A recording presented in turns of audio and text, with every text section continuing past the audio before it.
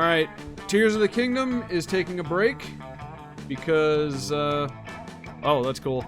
Because it is officially spooky season, and we're going to be playing Halloween stuff all month, and we'll be back to Tears of the Kingdom in November, hopefully to finish it off. Anyway, so we're starting off with Monster Prom 2, Monster Camp. I had planned to play this a lot sooner. Okay, so the plan for Monster Prom was I play the first one on Valentine's Day, which I did. I play the second one around prom time, like June-ish. Unfortunately, Tears of the Kingdom came out, and I got sick, and I didn't stream for 2 months. So that plan got ruined, and then I play the third one in October. So, to make things up, we're playing both of them over the next 2 streams. So, let's get started here. Okay. Voice interjections, yay or nay? Make my own voice. Yeah, let's do it. Let's go. Save me some trouble, I guess. Oh, multiplayer. Interesting. Okay. I am by myself, so...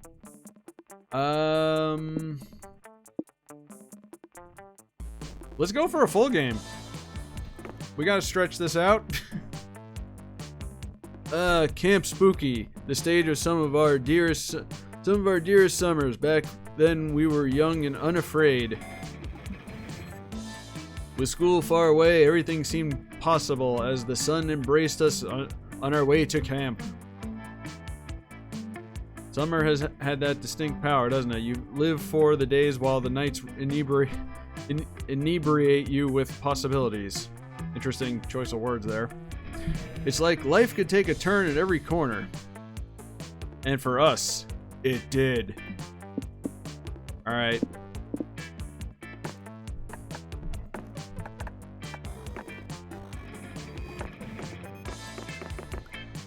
Zombert has returned. Will this be the game he gets a girlfriend, or will he be forever alone? He is playing a Nintendo Switch, so I think that's a clue right there. Alright, here we go. Sure. Yep. Okay.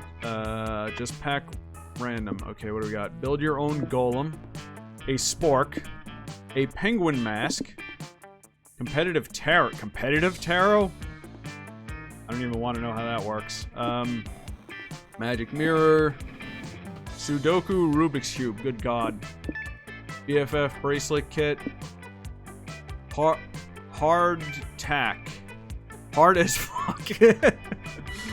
Okay, I guess those are crackers or something. Philosopher's Stone growing kit. Ooh, that sounds fun. I don't know. This is gonna be the first playthrough, so we're just gonna feel things out and see how this goes. Let's pack random. There we go. We got the penguin mask, the stale crackers, and the tarot cards. One might say the Monster Prom had hardened us on the highs and lows of love.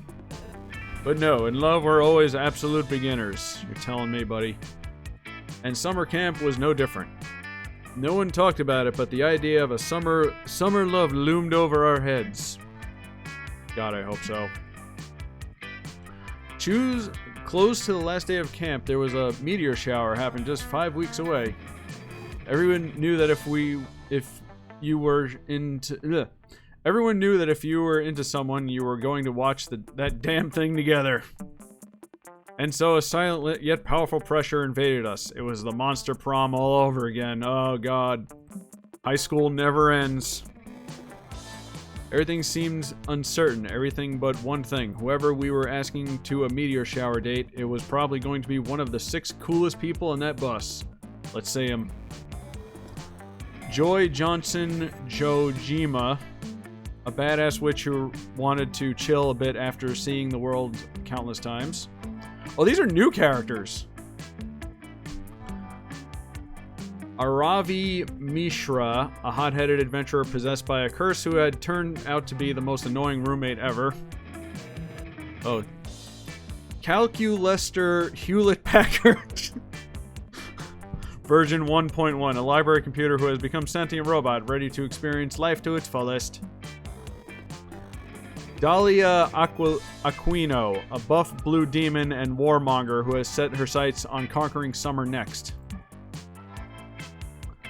Damien LaVey, a fearless demon with a taste for destruction and love of fire.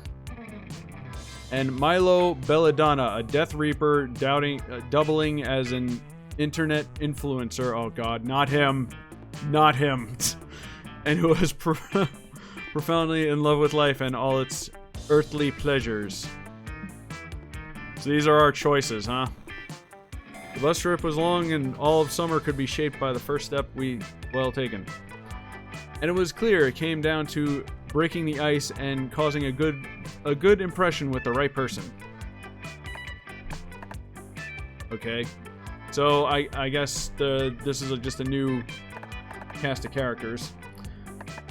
Which of these animals do you like the most? Crocodiles, especially when thrown at me. Okay. Chickens, they can kill you. Tamagotchis.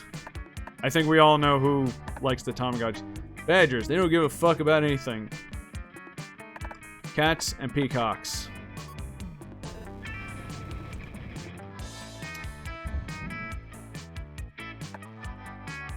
I'm gonna go with the badgers. Oh god, I picked him. Fuck yeah, badgers don't give a fuck. I think I was a badger in a past life. My teachers always say that I'm badgering them. Anyway, I think that's what that means. No, that's not what that means at all. Well, maybe you were a badger in a past life too, Zombert. We could have been a badger buddies. Stop trying to make that a thing. It's not gonna be a thing. Maybe this summer we can be cat buddies. Then we can not give a fuck together. I appreciate the enthusiasm, but that ain't happening, pal. We only had 5 weeks left to woo our crushes and conquer their hearts. But as I've already said, we were young and unafraid, and we were ready to start. So let's start.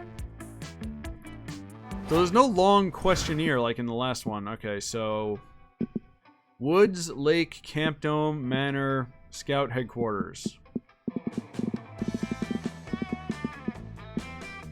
Maybe we should have picked a short week, just to get things out. Oh well. The Camp Dome. We can't get past the Camp Dome. Well, I don't know, guys. I'm open to suggestions from chat for this one. If you guys want to see anything in particular, feel free to mouth it off.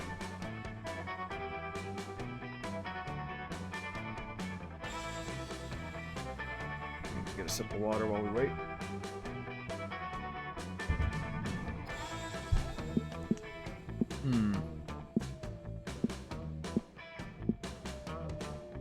I don't know, I'm kind of feeling the woods.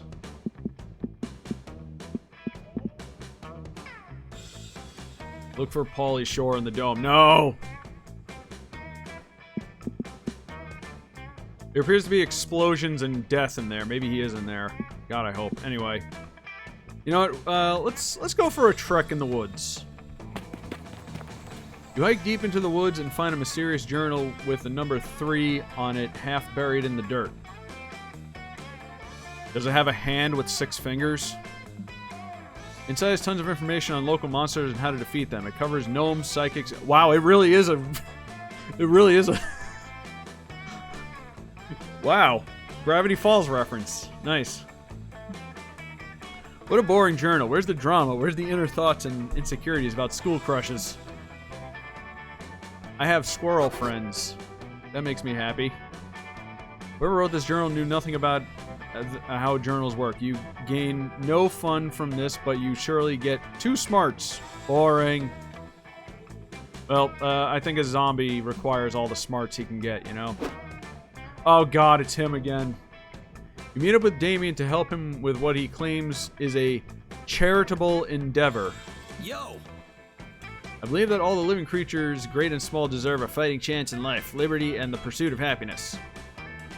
That's why I've been making these tiny, magnificent glasses to give to ants. Now they can fight fire with fire. If anyone ever tries to use a magnifying glass with them, they brought them a gift of flame like I brought them the gift of flame like Aunt Prometheus. Ah, who are you? And you know what happened to Prometheus, don't you? Arson! Yeah, he was worshipped as a hero and the inventor of the greatest of all art forms, arson. No, he was chained to a rock. In a sexy way?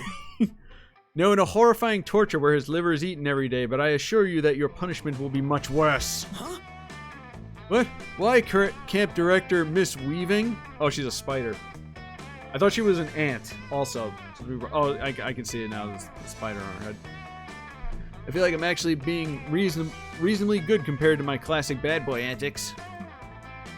I don't know which sort of behavior is tolerated at Spooky High, but this is Camp Spooky, and I'm going to hold you to my standards. You think it's an accomplishment to tone down the arson while encouraging it in ants? Hey, Freakbot. You're just in time. We met the camp counselor. She's a spider. No, Mr. LeVay. You may be in high school, but at the end of the day, you are literally a legal adult, and it's time for you to face consequences for your action. You're a 20-year-old high school student. But that isn't what my face is made for. It doesn't want to face responsibilities. It wants to face shenanigans and knife crime and being badass. I like how my character's just standing there watching this. Well, until your face learns to behave, I'm afraid I'm going to have to confiscate it from you. You can't do that. In fact, I'd like to see you try. Big mistake, buddy. And they're...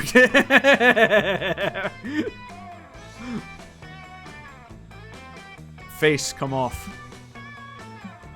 Have a nice day, Mr. LeVay. I hope you learn a valuable lesson about what faces are for. My face?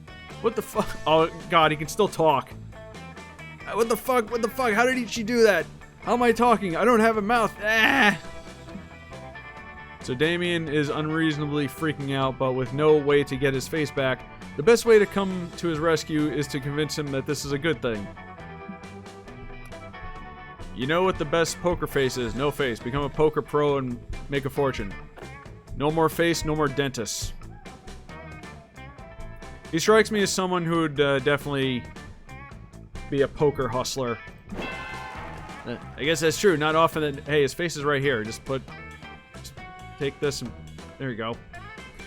I guess that's true. It's not often that not having something is the best way to have it, except for, like, STDs, I guess. Pretty sure Camp Director Miss Weaving put underground poker rings in her list of forbidden activities. But what is she gonna do? Take away my face? It already happened, baby! With the gusto of someone with nothing left to lose, at least in terms of facial features, Damien sets up an illegal underground stakes poker tournament on the campgrounds. Before long, an intense crowd of poker sharks, many of whom are also actual sharks, have assembled to try and take Damien's hard-earned stolen riches off of him.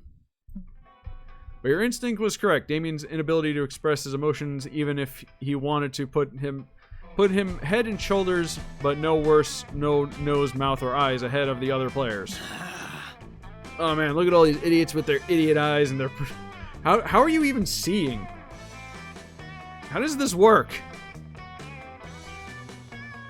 And their paranoid noses and their muscular teeth. Every twitch is a giveaway.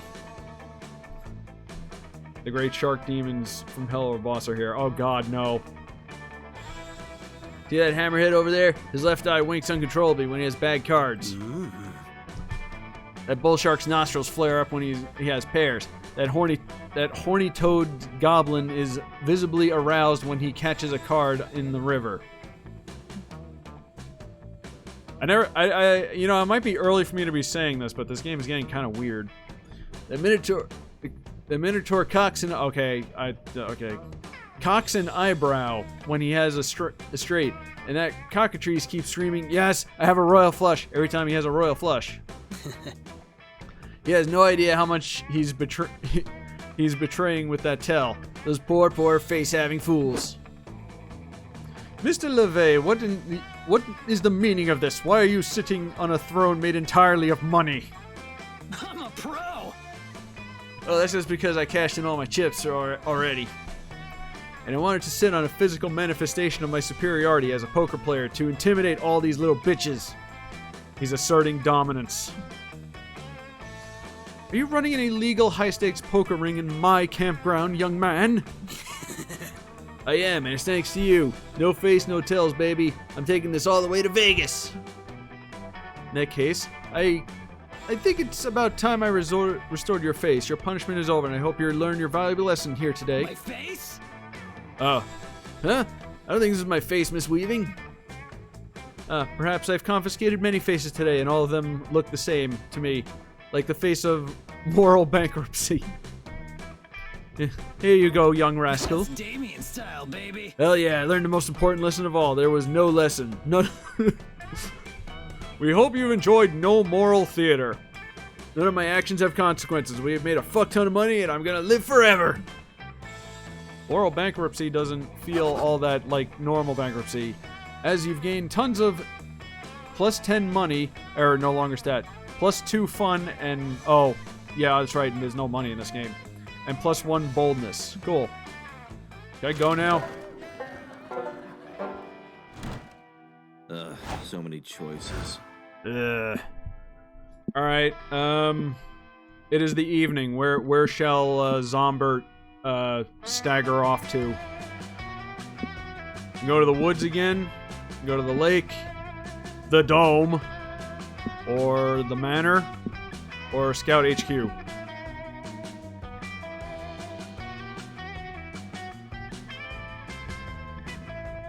So many good choices.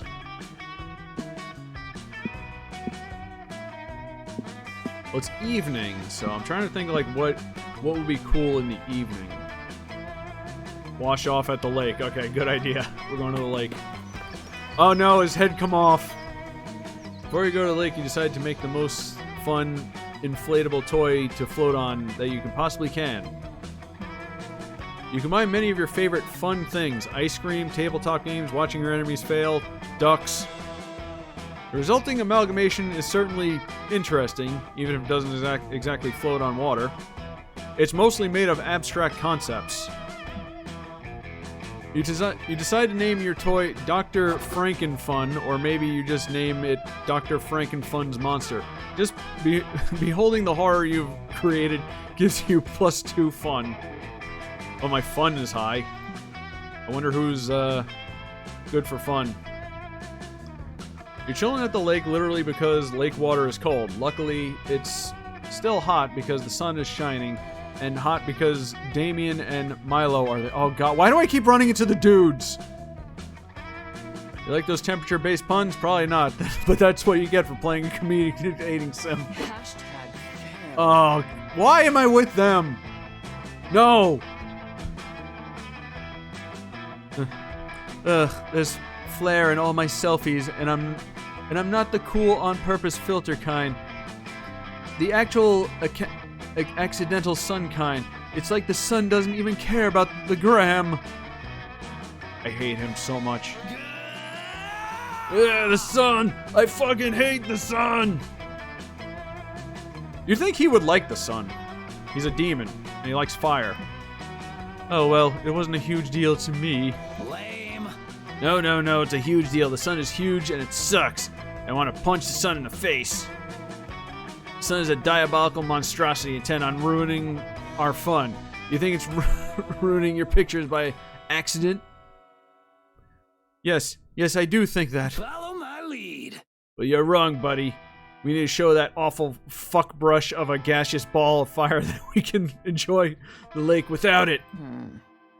So, like, find some shade. Yes, exactly. Great plan. Be nice to find some better lighting to highlight my amazing cheekbones without washing me out. Fight me, dude. I wash the sun right out of the sky by showing it who's boss. It's us. Us in our shade. You reap what you sow. I've always been great at throwing shade. Time to take it to the next level, I guess. By punching the fucking sun! So, Zombert, any not psycho ideas?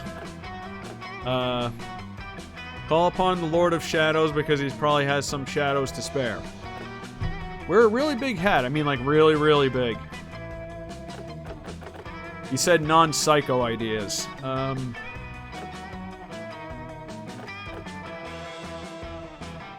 Big hat. That's crazy enough to work. Whoa, that's like, whoa, there's a badass and then there's bad ass, and that's both. Never stop being you. In fashion, one day you're in, next day you're out. By the lake wearing a hat is so giant to block out the sun. It's all about trends if you think about it. A really, really big hat is just the logical constitution of the recent craze of really, really small hats and jaunty angles. Yes, and this hat will be worn completely flat and at no angle at all, so it's best to defeat the sun. You're both idiots. You reach into your swimsuit and pull out a huge fucking hat. Sure. It's so big. Like, ridiculously big. Insanely big as the whole lake. Then pull out a second hat because options, giving your friends a choice between a fedora the size of a cruise ship and a sombrero as big as 2 adult sperm whales. Boy, this game really took off, huh? Since the last one. Thankfully, Camp Spooky is everything as bit as bizarre as Spooky High, so no one questions the physics of any of this. As you withdraw these enormous hats, civilians are sent scattering in all directions, resulting in broken arms, sprained ankles, and seasonal affective disorder. Okay.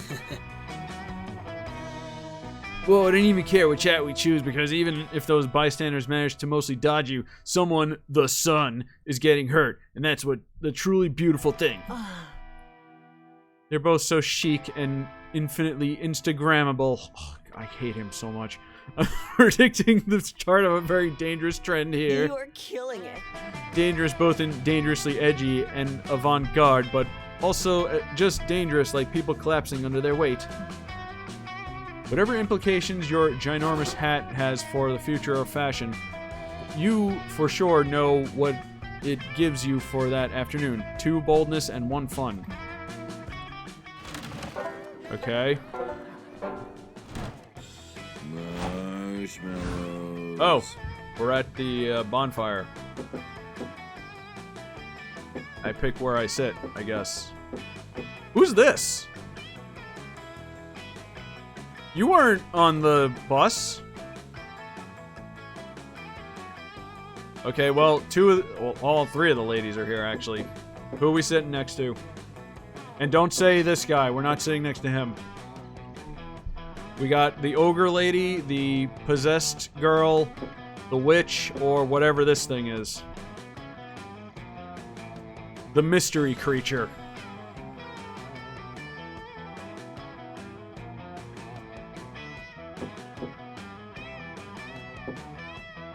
The new thing? Alright. Hi, Zombot. Are you here to trust me with your juiciest secrets? Oh, God. He's a Mothman. Well, not really. Mossman doesn't really have a good track record for keeping the secrets you tell to himself. What? That's ridiculous. I've kept my very existence a secret from humans for, like, ever. It's so bad they made a terrible Richard Gere movie about me. Bullshit, you Google Mothman sightings to pull up at least half a dozen articles complete with grainy photographs. You can't prove that was me. Besides, I can't help it if the shitty disposable camera loves me. Can you please spare a nice semi-photographic moth person his gossip? I promise I won't tell anyone that doesn't really deserve to know. How can you say no to those adorable glowing red eyes? Fuck it, it's time for some gossip. I've only had 2 interactions. I don't know what I'm going to possibly tell him. A thick old tome, choose one. A thick old tome of erotic Italian poetry. A lot of confetti. Very witty remarks. A bigger knife. I don't have context for any of these.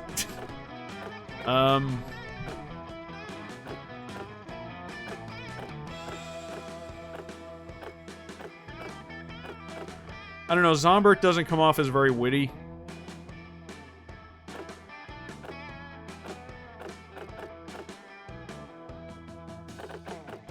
But I'm kind of curious to see how he'll respond to this. A thick old tome of erotic Italian poetry. As an Italian myself, I am very curious. Let's see what happens. Choose one. A skateboarding dog, a clear metaphor of love and death. A very outdated meme, a rebellious middle finger. Someone else's mom's face.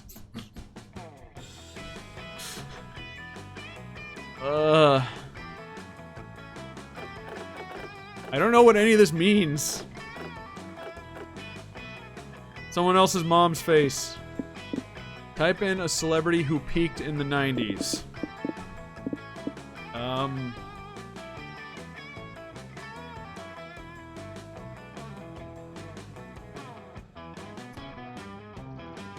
Cher? Okay, Cher. Cher. You believe in love if love. Ah, that was some great gossip, Zombert. You've done me a kindness today. Now, if you'll excuse me, I'm off to betray whatever promises I made to you and spread your gossip to the ends of the earth.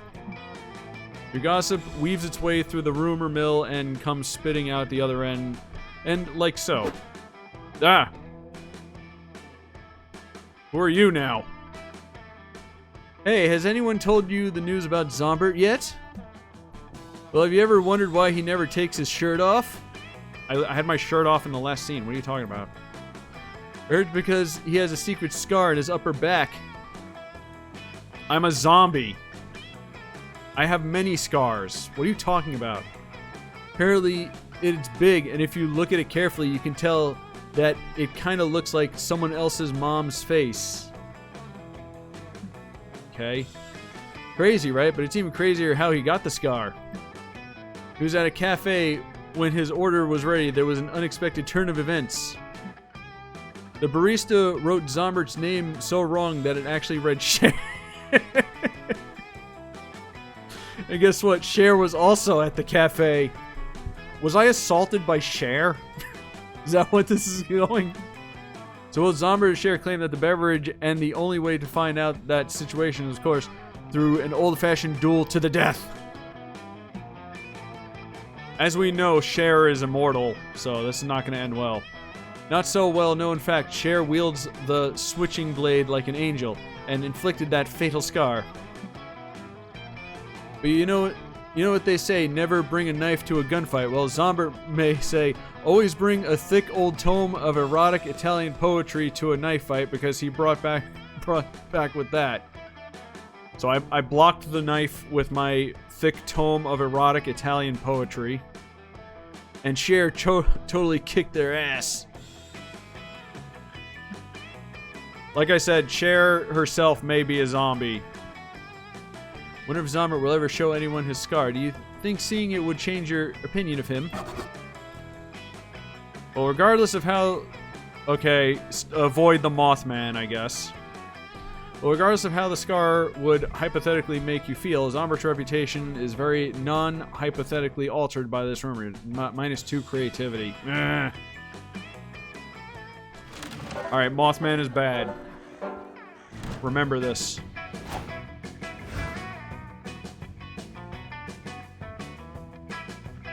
Okay, can I not run into one of the dudes now?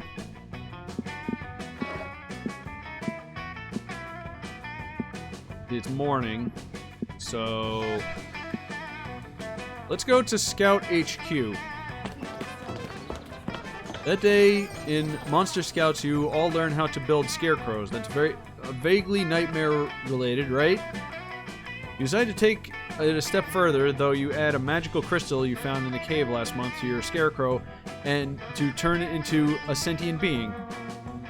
The scarecrow is very grateful to have been made alive. You take your new friend out for a soda and have a very pleasant afternoon. Can I date the scarecrow? I feel like I have a chance with the scarecrow. I did bring it to life. Then you're forced to disassemble him. Aww. So the next scout group can use the materials. Your scarecrow begs you not to relinquish your gift of life, but your dedicated monster scout first. Yes, it's the second one. I already played the first one way back in February for... I got my creativity back, at least, for Valentine's Day. Now I'm playing this one. I'm going to play the third one in my next stream. Oh, God. Why do I keep running into these two? Well, she's here. Maybe we can get in good with her. The counselors had the poor judgment to leave you alone with Damien, Milo, Arvati, Hex, and a whole bunch of macaroni. Milo's using the macaroni for its intended purpose, painting a selfie, while Hex is eating it raw. Damien is trying to kill it, and Avari is looking up at the up its stats online. Ah! Macaroni? That won't help you at all in a bear attack. He's a chameleon. What the fuck? Hey, kid, it's me, Coach. That's right, campers. It is I, your delightful and overbearing tiger coach, here to teach you to get another lesson about bear avoidance. Yeah, I've heard Road Trip is the best one, but we'll find out next time. Remember, there's no bee in bear, except when there is. That's the kind of thing I coach, say all the time. Mm-hmm. Provided my sanity lasts through some... Oh, shit. What happened? Somehow I closed the game. Okay, we're good. Alright, coach, let's get this over with. What's today's bear lesson? You just got flodged. Ah, I fooled you. It was me, Counselor Floge, this whole time. Oh my god. Whoa, really? Even when you said, it is I, your delightful and overbearing tiger coach? Especially then. I'm never more myself than when I'm in disguise. Unbelievable.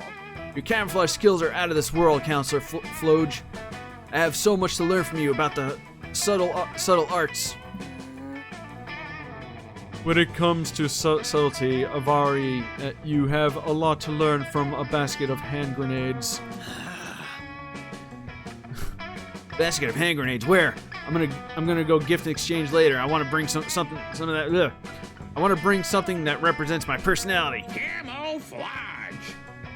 You kids are getting a little far from the point, probably because I camouflaged it so effectively. And what exactly is the point then? The point is that everything Coach has told you about bears is a load of horse hooey. You should be afraid of bears. You should be learning from them. They'll teach you how to put out wildfires and steal picnic baskets. I'm sure you know bears are the only animals more skilled than chameleons in the art of camouflage. Stealth mode. One of you could be a bear right now, and the rest of you wouldn't even know. In fact, one of you is. That's right. I secretly replaced one of you with a bear while no one was looking, to teach you a valuable lesson about the art of disguise. I have a thing, so... I don't have time for this ridiculous charade. I'm supposed to be serving looks at the soup kitchen right now. Serving... Oh, I get it. Poor people deserve spiritual nourishment, too. Uh-huh. It's Milo. Yeah, I was gonna say, Milo's definitely a bear. He's clearly not a bear, as you can tell. Obviously, who else showed up here in camp during the summer despite never having been around at Spooky High? None of you were around. What are you talking about? Well, you... Horses. No one, and I will haunt anyone who disagrees with me. Oh, geez, this is getting kind of heated. You're pretty sure Milo's not a bear. They're way too hairless. Like I said, he's a twink. But you can say that'll prove. But what can you say that'll prove it to the others? No, look, Milo's verified on Instagram. That process was specifically designed to ensure that your favorite e-celebs aren't secret bears. So what if they're a bear? We're all monsters, right? Shouldn't we accept Milo for who they are, regardless of species?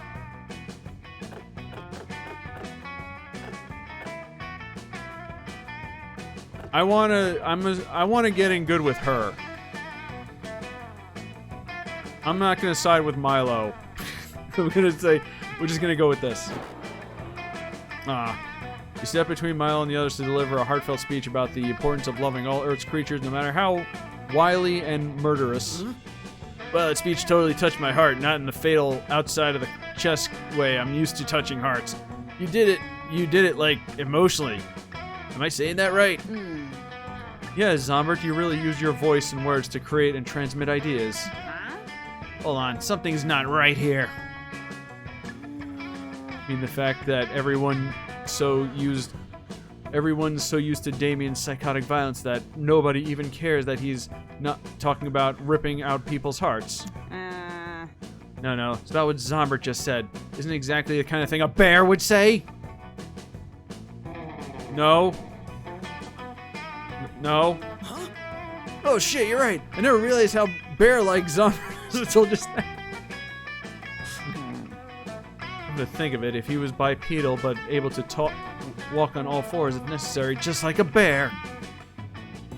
Everyone is stupid. I totally saw him enjoying some delicious salmon sashimi the other day. You know who else likes salmon sashimi? Oh, yeah. Californians? Yes, but also bears. Knives! But whether he's a rogue bear or an escaped Californian, I think we can all agree that he deserves to be chased with pointy sticks. Aw, come on. Alright, pointy sticks are my favorite kind of sticks. Can mine be a pointed selfie stick? I'm a lover of myself, not a fighter. Sure, there's room for all sorts of people in a murderous bear hunt. Or you can marshal any cunning arguments to prove your non-bearitude. The sticks are out and you're on the run. You're eventually able to prove that you're not a bear by getting mauled by an actual bear. That's a fun way to accomplish your goals. You lose 2 fun and 1 oh god.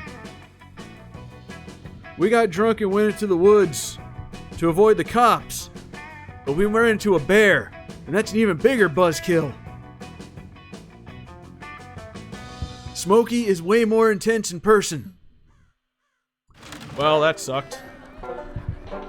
Guys, I might be bad at these games. Alright, Zombert. What monster are dating in this game? I don't know yet. I keep running into the 2 dudes. I want to run into one of the girls for once.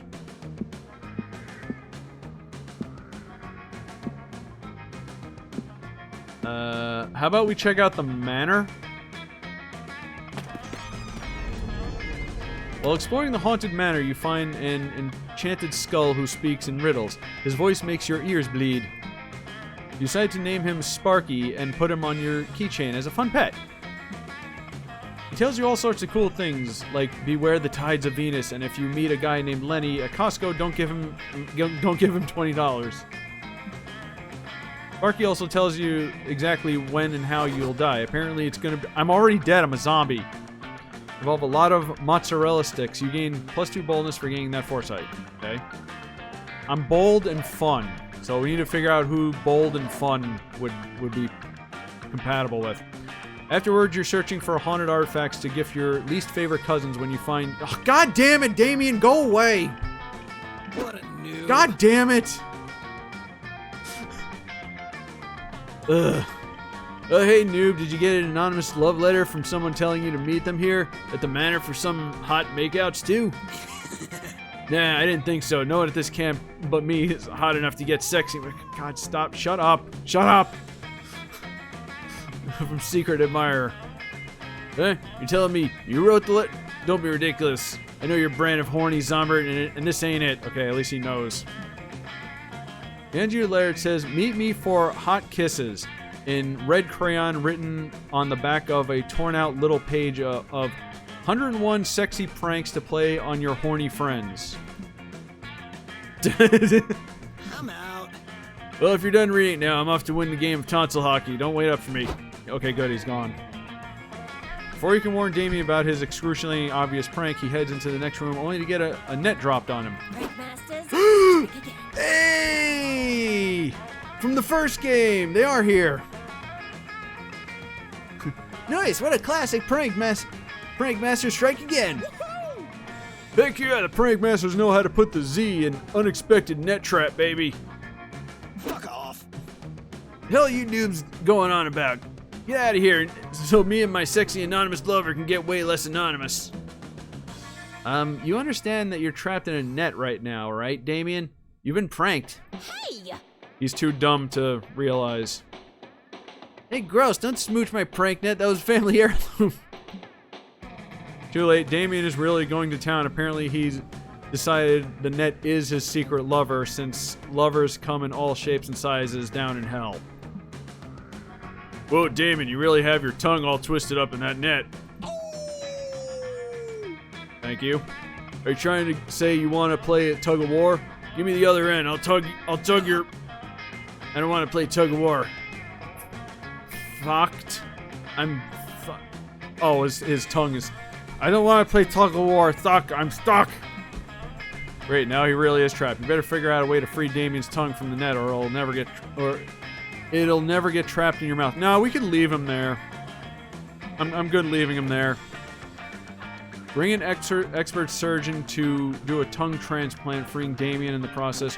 Remove the net with my own... No. Surgeon. Me smart. Luckily, you've already got Dr. Tongue Twister's number saved on your phone after numerous tongue-related injuries you've sustained. He'll show up in record time. How novel. It seems that the net has nestled your nubile tongue right into knots without number. Oh, God. Can we still save him, Doc? Indubitably, it will involve an invasive and incremental incision, which will painfully partition the poor punk's pearly whites from his palate and tear his tongue and teeth in twain. Whoa. Well, it sounds complicated. I hope you don't miss licking ice cream, Damien. I'm licking more than just the ice cream. Oh, bro. Is there any other way? Damien's still in the prime of his life. How will he say hi to his friends if he can't lick every inch of their face? Well, it was an artisan sap attempt to say the phrase Jumanji. That just might work. Jumanji. Holy shit, it worked. I'm free. Damn, how disappointing. I was definitely delighted to do diabolical, debilitating surgery today. Oh, can I have surgery? I want 12 kidneys. Heard they're important. Oh, my dear dog-like dunce. I can give you 12 kidneys to everyone. Did someone say drugs? Yeah. Yes, I always wanted to do anesthesia recreationally. Oh, Polly, you drug addict. Good thing you're already dead. Dr. Tongue Twister is terribly tilted to try the transplant. You'd be more worried about Scott's health if you weren't so relieved that Damien was still going to maybe lick you some... No! No!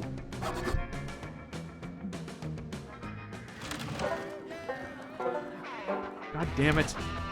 So close to sleep time? Alright. So far.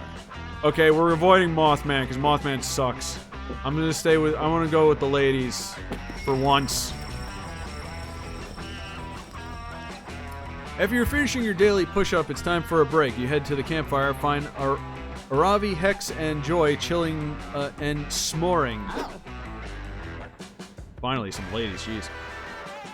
And time, yes. I've toasted my marshmallow for exactly 128 seconds, and it should be perfect golden brown and give me a huge defensive buff. So, hey, where the shit is my marshmallow? Are you gonna finish that?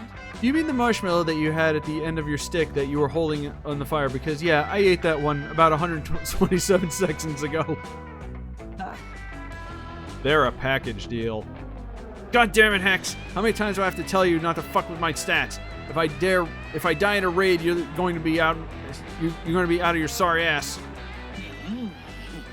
Granted, you make a good point, but there's another compelling argument. Marshmallows are so good, and oh my god, marshmallow! Impressive. You two are adorable. Seeing your bicker reminds me of the early days of the Coven.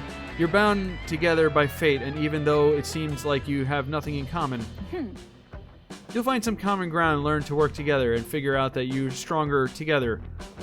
You're stronger together than apart. Season 1. Those were the good old golden years. No way. I'm not a team captain, Joy. I'm a lone wolf. Just look at my fingers. Just look at my fangs. Fangs. Seriously? Ravi, wolves run in packs. I'm shocked that you don't know that because I've seen you kill like at least 4 wolves. Yeah, I killed those wolves by myself. Trust me, I've tried every team camp possible.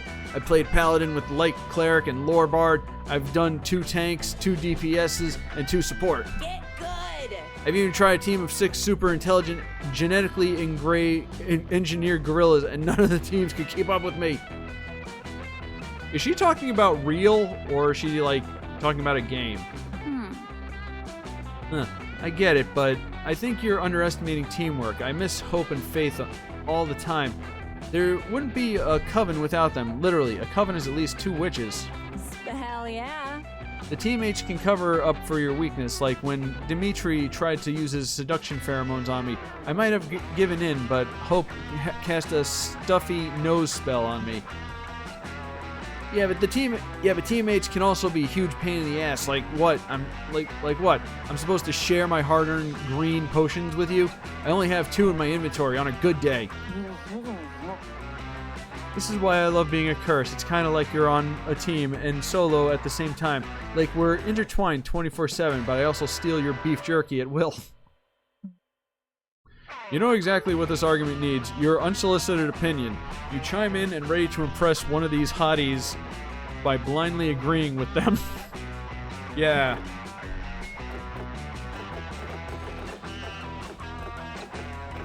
A team structure allows for zany subplots. Also, you can split the cost of an Uber, saving you approximately $5.50 per ride. Going solo means you can keep all those sweet experience points and level up faster. I feel like she's the more interesting one. I'm gonna side with her. Nice try. I hate to burst your stats bubble, but I'm pretty sure that's not how experience works. I can prove you're wrong right frickin' now. Here, name any human experience and I'll show you. Okay, how about the ineffable beauty of seeing the sunset and reflecting on how lucky you are to be alive? Try juicing experience points out of that.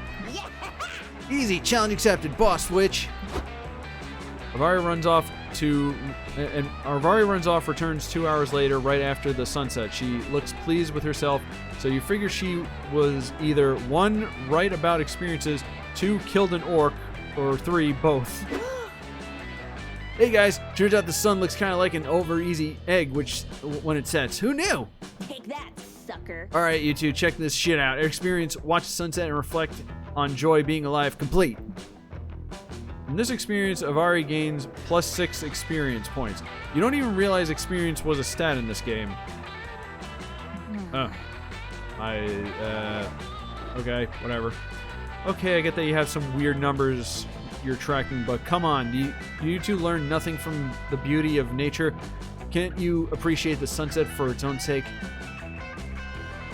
Nope, it's like I always say, leveling up is the purpose of all consciousness.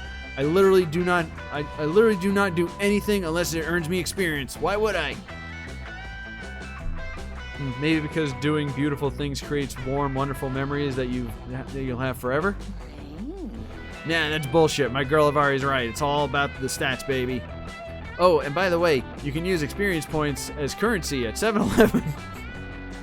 Really? Look. I just looked up in my narrator's almanac, and that's actually true. I'm on my last nerve with you two. Just think about the time when we went to the amusement park together. We had fun, and it was the start of our friendship, and we ate cotton candy. Now admit that our day at this amusement park is a lovely memory, and not a heartless attempt to get experience points. Oh yeah, I totally remember our day at the amusement park. That was so awesome because I got so many points from the cotton candy that I finally hit level 13. She's funny. You're shocked that Avari has reached level 13 because as far as you know, you haven't leveled up at all yet. God, how bad are you at this game? Pretty bad. Joey, what kind of makes sense is that you don't get experience just because Coven is a team of 3. That means you have to share all your experience points. Level up, loser. You're probably getting a few points yourself that you're not even noticing them. Did I just get experience shamed of Aravi? I'm out of here. You're not going to read the book so I can feel good feelings and not get some fucking made up points. It's Aravi. I keep saying her name wrong. I guess you were pretty great. I guess I should say thanks, Zomber. You helped me prove my point. Maybe we can go XP grinding together. I don't mind sharing the points as long as it's with you. Hey, cool. She likes me. She's definitely not gonna watch the meteor shower with me, though. Plus, if I level up a player like you, I let a player like you wander around alone, you'll get killed by a gust of wind or an ant or something. Hell yeah, you get to hang out with Aravi for hours. You still don't have enough points to reach level 2, but you do get to unlock slowly winning over a tsundere skill tree. Oh. What is this?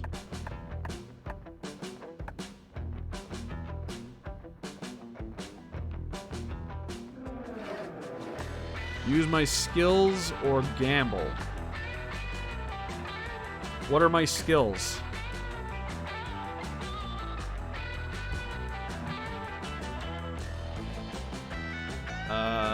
Is this I have boldness and fun?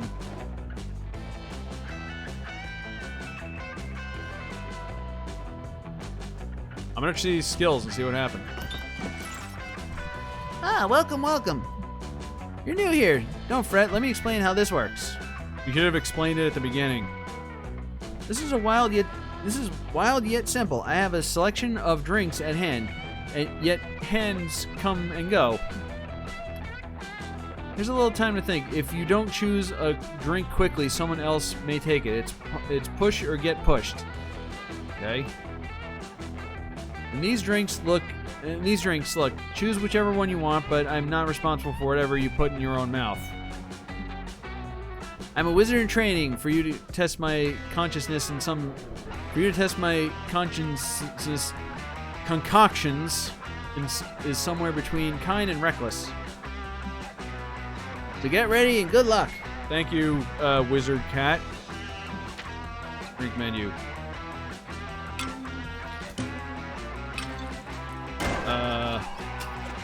I choose the boot.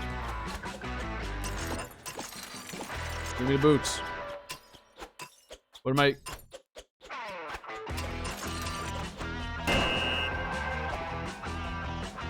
I get the mosquito in the jar. Gross. Mosquito. Mosquito. Okay. That's good. Good old mosquito. I don't think it's a girly drink. Mojito. Not just drink, it's a magic mosquito that will drain your highest stat. Aw, really? When it's finally in your stomach, it dissolves and distribute what it absorbed between the rest of your stats. Oh, okay. You might feel some tickles in your tummy. Drinks. Okay, so my boldness is gone, but my fun and everything else is up. Okay. Hope you can stomach that. Happy trails.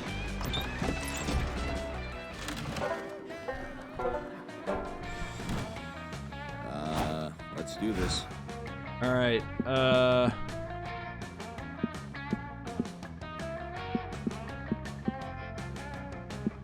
Shall we go to the Battle Dome and see? Well, I guess we should. I think it's the only place we haven't been to yet. Today you're playing the most dangerous Camp Dome game of all, Charm Wars. The rules are simple. You must gain charm by the end of the round, or you will die instantly. Dahmer, you better earn some charm quick. Let's, like, in the next 10 seconds, you're gonna fucking die. Holy shit, earn some charm already. Oh, okay, thank God. You've earned 2 charm. Dude, that was way too close. You and Damien are lounging together, having a surprising chill time reading comic books. This is gonna sound crazy, but can you pass me that one that doesn't have someone putting his fist through someone else's cover? Else on the cover? What's up, loser? Oh, hey guys. Wait, what's this now? You're gonna read actual words that might describe something other than punching? Ha! Huh? But no, No, who said that? I was just asking for the one without someone punching so that I can eat it, obviously. Huh? Right. What did I say, Dahlia? I told you he's getting soft. Not so soft that you don't still come sand strangling and ocean kicking with us. Sand strangling, ocean. Oh. You know, sometimes the words in this game like really hurt my brain with us tonight, right? My biceps are ready to choke that sand right out, and I've got special boots made with spikes on the bottom and the side and the top, so we can really show those waves who's boss. Well, it does sound great, but speaking of the ocean, I was actually gonna watch this documentary on dolphins tonight. I'm making popcorn and baking dolphin-shaped cookies. If you want to join. This is very out of character for him. Wow, you changed, Damien. It's no wonder the wildfire hasn't appeared to you yet. What do you mean? You know you've been on the hunt for the elusive wildfire, and I know it's thus far eluded you, and I know why. You are unworthy.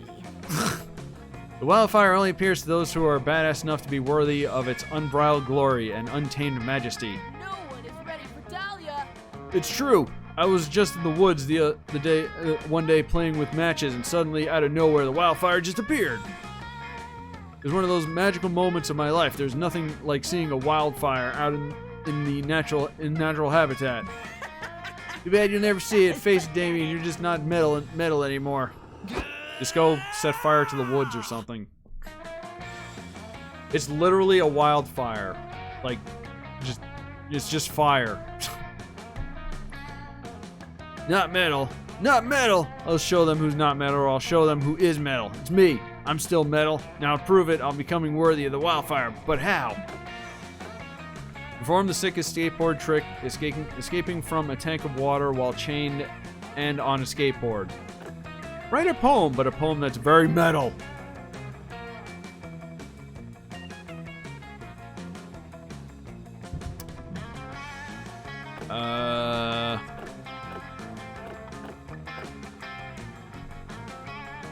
Sick skateboard trick or metal poem?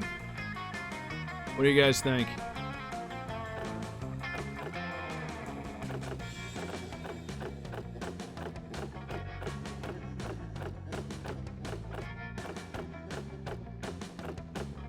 First one? Okay. Sick skateboard trick. Fucking metal. Hell yeah, that's all kinds of metal. Chains are gonna be metal at the top of the water. Tank will be metal. I guess the wheels of the skateboard, are those metal? Who cares? The point is a lot of metal, and I'll be the metalist of all. In fact, let's find even more metal. I'm gonna go have a tuning fork in each hand while you chain me, and no, wait, a tuning fork in one hand and a regular fork in the other. Oh god, this game. Ugh. I think there's a metal suit of armor in the Haunted Manor. I could wear that too. You managed to convince Damien not to put on a heavy suit of armor before you lock him in a tank full of water, which is good because you can't smooch him if you try. I don't want to! Okay, so the choice you make at the beginning basically railroads you to, like, a specific person then, huh? I mean, I guess you could, but you're not really into that, so it's better if he survives. Find a water tank, put a skateboard at the bottom, chain Damien up, and then throw him in so that he sinks into the skateboard. Because he's, as he claims, a super metal, it doesn't take Damien long at all to break out of the water tank with a sick-ass flip. He skateboards down the side of the water tank doing a one-armed handstand on the board. He does a double somersault in the air, hitting the tuning fork with a regular fork to... Man, wouldn't it be cool if we could visualize this?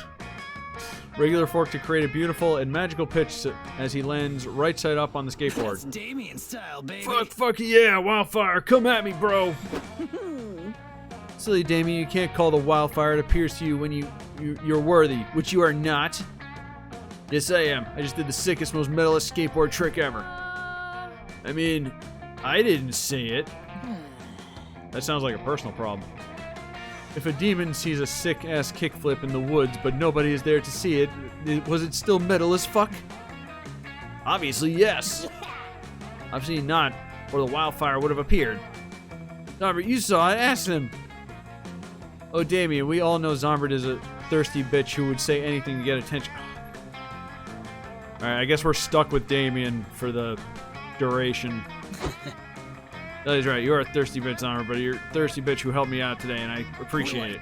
Masters of survival. Let's try again sometime soon. I know next time we can get that wildfire to show itself for real. You're not sure that the mythical wildfire actually works, but hey, if Damien wants to hang out with you more, you're not going to stop him. You gain +2 fun and +1 charm.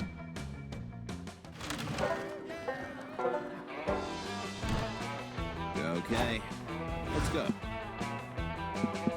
I still have no boldness.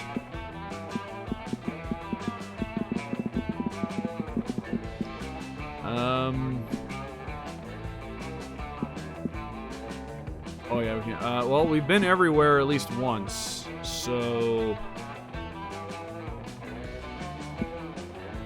let's go for a hike in the woods again, I guess. While hiking through the woods, you come across a bunch of delicious edible mushrooms. Don't eat them! Well, you think they're edible anyway, I mean if you ate them. On a completely unrelated note, you also meet an ancient all-powerful god who's timelessly intelligent and also really into vaporwave for some reason. Okay. I like vaporwave. Sounds like my kind of god. Gain +2 smarts from your dope conversation with the vaporwave god. You link up with Damien afterwards. He told you Coach wanted him to dig a latrine and he could use a hand. There you are, Zombert. Thanks for showing up, but I think I figured it out. I don't know what a latrine was, but it sounds French, so I made an educated guess and buried landmines everywhere. Good work. You look at him perplexed. The French didn't invent landmines, you tell him. What? They didn't? The fuck is the point of the French then? Get off my property. Who are you? Hey, stop burying those landmines on my property. You're dangerously close to exceeding the state of California's recommended landmine maximum, and I don't need that paperwork. Fight me, dude. Your land? What the fuck are you talking about? I've carved my name into every building here and most of the campers. Sorry, kid, I'm not actually sorry. I'm evil. It's just an expression. But Camp Spooky is mine now. Here's the deed. Uh-oh. Big corporate guy taking the Vaporwave God is Macintosh Plus. Big corporate guy is going to take over the camp. We need to have like a contest to win or something. That cliche. What? No, you can't buy Camp Spooky. This is the home of some of my most trusted memories and all my landmines. Oh, this will be a shopping mall. Your memories and explosive will have to find another home, Sonny. This is a shopping mall country now. That blows utter balls. Shopping malls are useless. Why build one here? On the contrary, shopping malls still have one very important use, making summer campers like you absolutely miserable. Malls are dying, bro. You need to change your business practice. Let's go, intern. Now, if you'll excuse me, I'm off to spill some oil in the Pacific Ocean and blame it on sea otters. I'll be back with the bulldozers this afternoon. Toodles! It's evening. Fuck this, we can't let that colossal wiener bulldoze our beloved camp. I was planning to bulldoze our beloved camp. My only way to fix this, that I will accept crimes. Come on, Zombert, help me think of an act of vandalism so heinous it'll scare that dweeb away for good. Bring in one of the guaranteed to destroy the... Bring the one thing guaranteed to destroy the value of any property. Shitty neighbors. Sow salt in the soil so no shopping malls will ever grow here again. Shitty neighbors or salt? I'm thinking shitty neighbors. Let's go with that. You're damn right. Shitty neighbors can turn the best property into a carnival of shit. Like my fucking neighbor Randall. He smells like burning hair and has a fishing hat that I covet. God, he makes me so fucking sick. But where will I find some appropriately shitty neighbors? It's not like Randall's moving anytime soon. Damn him! What we need is some skilled bad neighbor impersonators. Camper experts, you know, or what's another way to say that? Oh yeah, we need some... Yes! With a Z. With the... Rad. If anybody can scare anyone away, it's these two. I'm gonna say escape specialist, but this is even better. We're here to be your fake bad neighbors, bro. Polly already made a list of everything we need. 1 white picket fence, 1 roll of garden hose, and 1 bucket of fake mustaches. Why so many fake mustaches? There's only 2 of you, and you don't really need a disguise. I did my research, Damien. If you look at all the shitty neighbors in the world and put them in a pile, you'd know how many mustaches you had in that pile. 1.6 billion. All right, you're the professionals. I'll get you some mustaches. I'll have a bunch of severed heads I've been meaning to shave anyway. 1 gruesome disguise montage later. All right, I'm back. I hope you wore your... I hope when they show up again, they're wearing the mustaches. That'll be hilarious. All right, I'm back. I hope you wore your getting evicted pants because Who are you guys? Please have the mustaches, please. Hey, bro. Yes.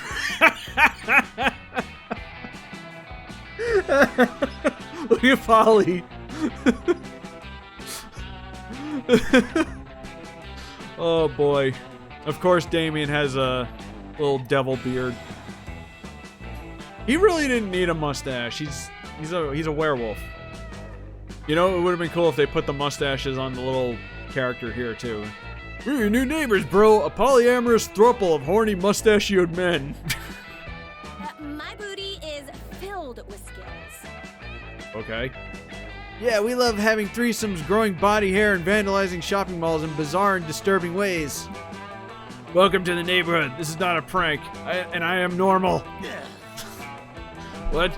They said nobody lived here.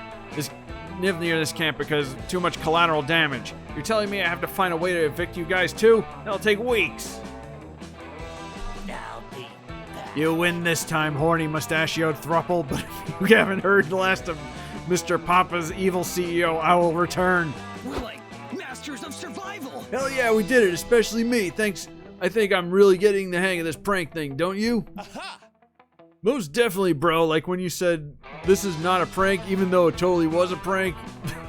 These 3 were like meant for each other. Holy shit. Where do you even come up with this stuff? I guess I was just inspired by the mischief of Zombert's heart. Thanks for backing me up here, hot stuff. Oh, God. Damien's not the only thing you'd like to back up. The other thing is... I'm not reading that. 2 + 2 fun and +1 creativity. When we do our second run of this, we gotta be careful who we Sitting, pick, alright? My favorite activity. Ugh, God. Okay, well, we have these 2 together. We have the other 2 ladies. We have the robot, which we've not talked to. And, we always have Mothman as a last resort, I guess. I'll leave it up to you guys. Who do you want to sit next to?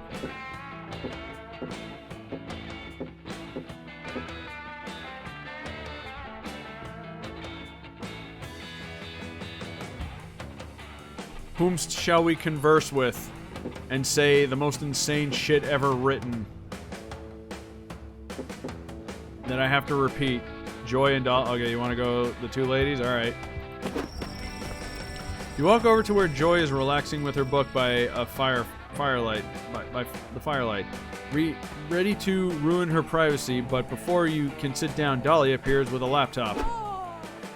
Joy, thank goodness you're not busy. I have something important to discuss with you. Can't I read in peace? Oh yeah, sure. I'm not busy at all with this book I've been trying to finish since I got here, and I'm only on page 15 because people keep interrupting.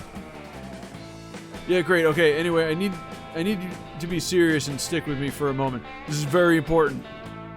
Dolly opens up the laptop to a PowerPoint presentation. It's got a rainbow gradient background and lots of text transitions, and is titled "Improving the Coven" by Dahlia Aquino. in I'm assuming Comic Sans font. You see, Joy, this is my duty as a Coven member. You are not part of the Coven! Thank you.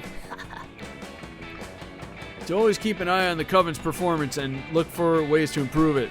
It's one of the benefits of having a member with a military background. No need to thank me. Don't worry, I won't. Oh, so Now let's start with efficiency. I've analyzed a lot of the Coven's previous adventures, and they've always rely on a magic spell or artifact saving the day at the last second. What a plot twist. Well, yeah, of course, that's how you build suspense. Otherwise, there's no dynamism to how the plot unfolds. True, but it's a waste of resources. I propose that we make one super spell artifact that we can use in all situations. I suggest a magic bazooka. Not happening. I'm not doing that. Next up, the dress code. You, Faith, and Hope have got the black and purple color scheme down, but your outfits are all so different. Therefore, I propose we put a standard issue Coven uniform, preferably something camo, and that will show off my rippling abs. A uniform? No way. Have you ever heard of expressing individuality? What? Soldiers don't need to express individuality, Joy. They just need to take orders and look hot doing so.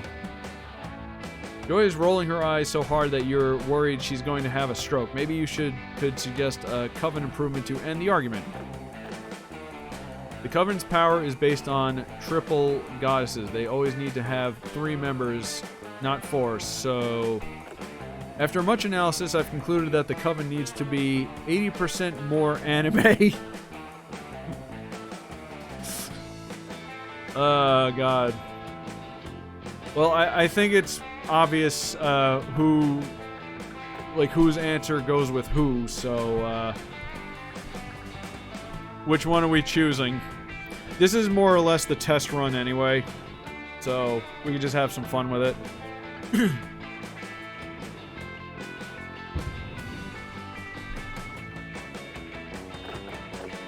The anime one? Alright, we need to make the Coven more anime.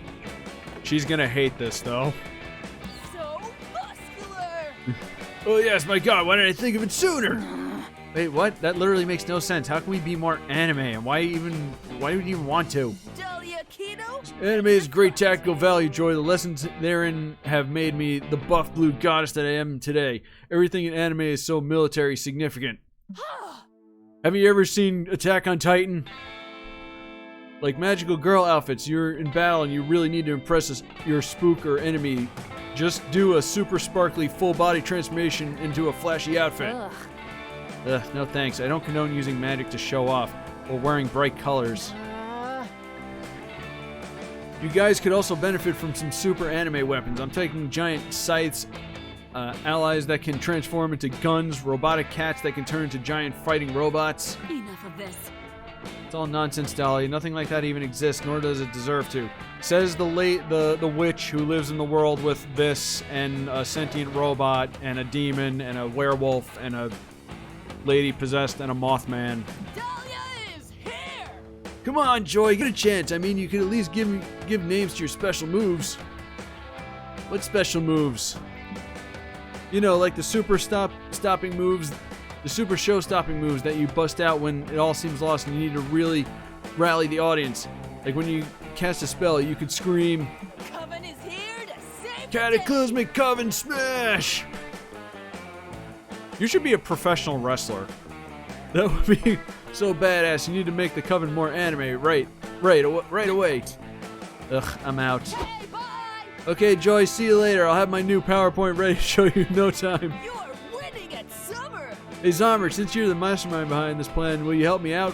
Which gif of Naruto running best illustrates the importance of this initiative? Oh god. You spend the rest of the evening helping Dahlia polish her anime Coven business plan. Joy is never gonna go for it, but it's fun nonetheless, and it's lots of one-on-one time with Dahlia. Okay.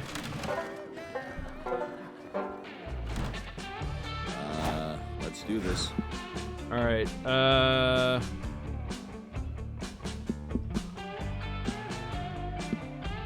Alright, guys, where should we go now? The lake, the Thunderdome, the haunted house, the Boy Scout thing, or the haunted woods, or whatever. Lake. We're gonna go to the lake. To the lake. That day you decided to take a swimming class in the lake. You earn all sorts of cool swimming techniques. The backstroke, the side stroke, the Macarena stroke, the mime having a stroke. All those strokes sure are fun, although perhaps a bit medically concerning. You gain +2 fun. You're resorting your collection of Pokemon cards, thinking wistfully of the Terry the Taxman you once traded. Terry the Taxman? You once traded for an Arctic colon. Pokemon. Oh, Pokemon. Okay. I was like, wait a minute. Okay. Traded for an Arctic colonist, Ernest Shackleton. When you're interrupted. Hey, Damien. Good to see you again. There you are, Zomber. I've been looking everywhere for you. Really? Those words warm your heart more than any fire ever could. Even more the wildfire for which Damien is presumably searching desperately once more. I'm searching desperately for the wildfire once more. And there it is. Since you were such a big help last time, I thought you might want to try again. I mean, you weren't such a big help as to actually bring the wildfire. But I did appreciate your support and enthusiasm, and mostly if I do find the wildfire, I'm gonna need a witness to prove it. I realized our approach last time was all wrong. Yes, we pulled off something radical and metal as only I could, and with you watching, I guess. But is fire most known for being radical and metal? Depends on context, I guess. Yes, of course it is, but yeah. But it's also known for being dangerous and reckless, obeying no laws and fearing nothing.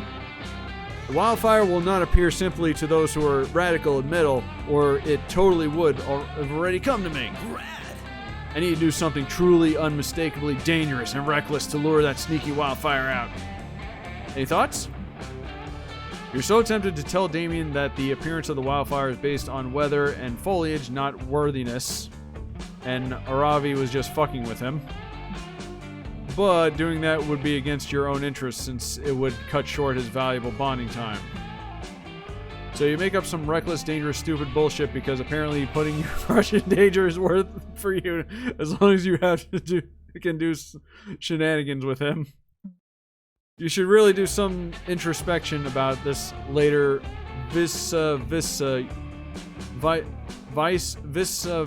Your priorities and ethics. But for now, you pinch Damien, the best idea you've got. Enroll in an expensive university and declare a useless major that has no job security. So reckless. Someone truly reckless would travel at 150 miles per hour in a Ferrari being driven by a cat. Cats don't give a fuck. Poor job decision or reckless driving with a cat.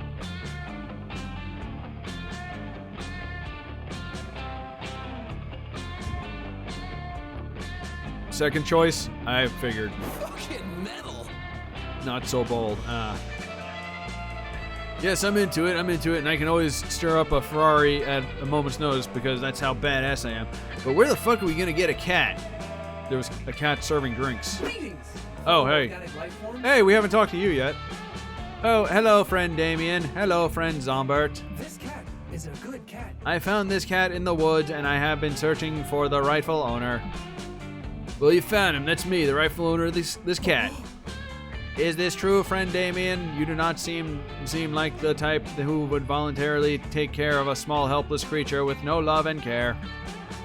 Well, according to some people, I'm completely changed and no longer a hardcore badass, so I need this cat to lean into that. I am so glad to hear that. I will return the cat to you. I feel like you have much more in common now that I know you care for this cat the way I care for my plants. Yes, of course, and I'm not going to do anything reckless or dangerous with this cat. I fear for this cat. Look at him. Got no thoughts whatsoever. He has no self-preservation. This is not going to end well. Smash cut 2? Wait, did Damien just say smash cut? Oh shit.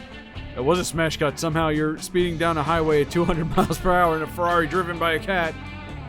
Driving is in quotes because the cat has no thumbs and is too small, so it's just the cat calmly sitting on the gas pedal of the Ferrari, literally flooring it. Hell yeah, this is so awesome and reckless. We're gonna go fast. We're going so fast, like really, really fast. So reckless. So fast, so reckless. Maybe too fast, too reckless. As the car starts to drift head-on into traffic because no one is steering, Damien plunges for the wheel and steers you safely out of traffic. And then slams safely on the brake. The cat leaps gracefully out of the car, giving no fucks. I can't believe I just wimped out on that. I was out reckless by a cat. A cat!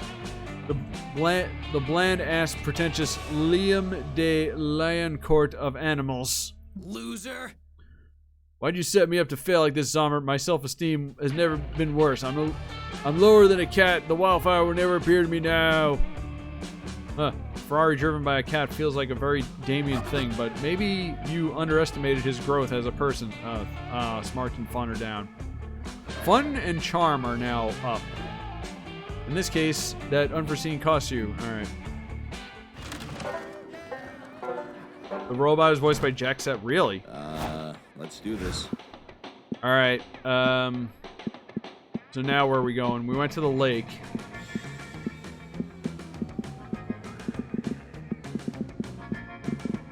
Where are we going, guys? Look, I can make his head bounce. Oh, shit. Okay, apparently doing that causes the thing to go down. Alright, let's go to Scout Headquarters. You spent all day trying to learn how to use the North Star to know your location and it never gets lost. It's a fierce challenge and everyone gets, like, super lost. You say, fuck it, and try to text the North Star to ask for directions. Maybe no one ever asked? Of course, this achieves nothing. It's a star, and you should stop trying to resort to sheer absurdity to solve your problems. That is literally how we've solved every problem in this game. You get no badge, no one does it. It was all tricks test and it wasn't even nighttime, but coach awards you with +2 creativity for your lateral thinking. You return to your tent for some alone time after all the drama, but you should have known drama would follow you to your tent. You see Damien punching everything. Ugh, fucking mosquitoes, why don't you suck the blood right out of my fists? The mosquitoes, which you now realize are what Damien's actually trying to punch, seem more than happy to oblige. They swarm all over Damien's furious hands. And all over everything else, including your attractive face, which immediately gets punched by Damien. Whoa, someone there? My punch sense is tingling. Hey, noob. Oh, it's you, Zombert. I didn't see you there because I was blinded by my rage at these stupid mosquitoes. Seriously, I hate these little fuck buttons. They can just come out of here and steal my blood. I didn't even know they had fists, but it looks like one of them is punching you right in the face. So not only are they stealing my blood, but they're stealing my whole thing. The worst part is I can't even do anything about them. Camp Director Miss Weaving confiscates my mosquitoes killing machine gun because it exceeds the max number of machine guns allowed at camp. All I have left is this stupid mosquito spray, but it turns out it's mosquito sun spray, which just made them immune to skin cancer. Fight me, dude. Maybe it wasn't the spray. Maybe it was the mosquitoes are in league with the sun. I should have killed... This dude needs to, like, go see somebody. Jeez. I should have killed that that solar son of a bitch when I had the chance. What happened to the giant hat I gave you? Maybe I can kill them by shooting blood out of my eyes, or something harpoons out of my harpoon gun, or shooting harpoons out of my eyes. Oh dear, seems like Damien's discovered an experimental new level of murderous rage. We better find a way to rid him of these mosquitoes because you're the only one who should be allowed to bite. I'm not saying that. Maybe the mosquitoes sucked up so much blood that his brain just doesn't work anymore. Steal Damien's blood back from the mosquitoes in the most ambitious heist in Camp Spook history. Mosquitoes can't stand the smell of lavender, citronella, or lemongrass. Replace all of Damien's blood with essential oils. Oh, God. Which is it? Which are we doing? At this point, I don't care if it's the right decision. I just want the funny reactions.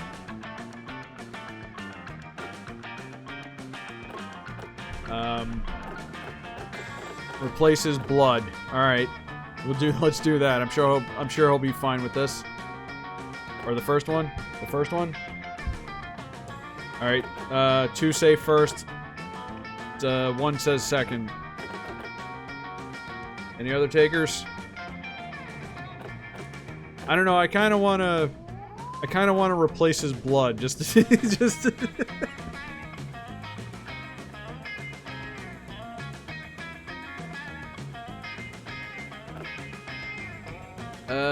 you know what? I'm flipping a coin. All right. Heads top one, tails bottom one. Heads. And heads again. All right, we're going with the first one. That's crazy enough to work. Ah, he didn't like that. Oh no. Whatever shall I do? The heist, you say, the crazy son of a bitch. You crazy son of a bitch, I'm in, and I know just the guy. Damien leads you through a false tent into a secret sub-basement, past a password door, and into an underground speakeasy gambling den, chop shop laundromat.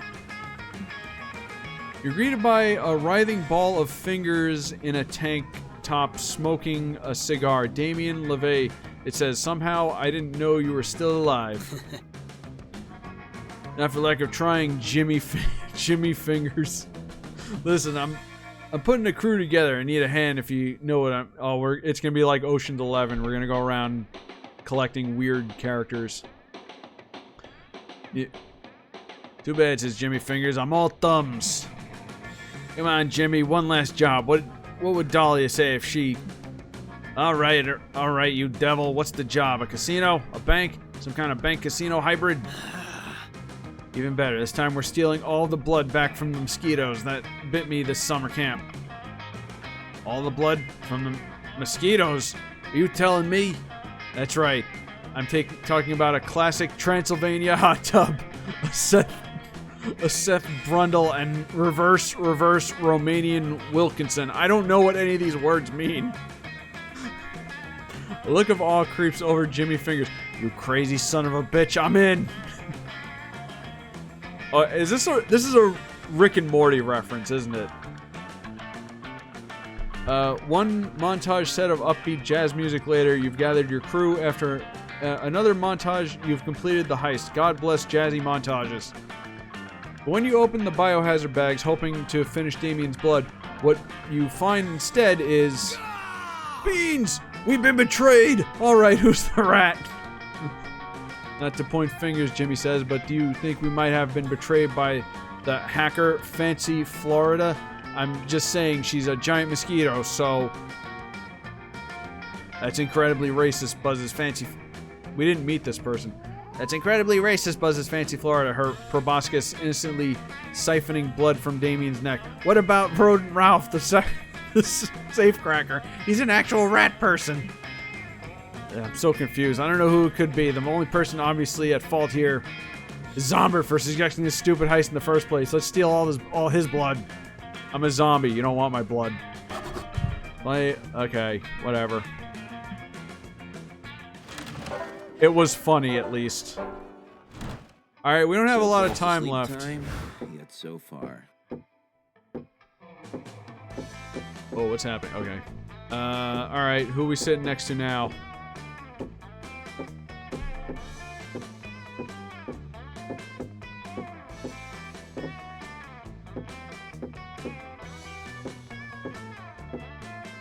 And the way the head floats around is so wonky.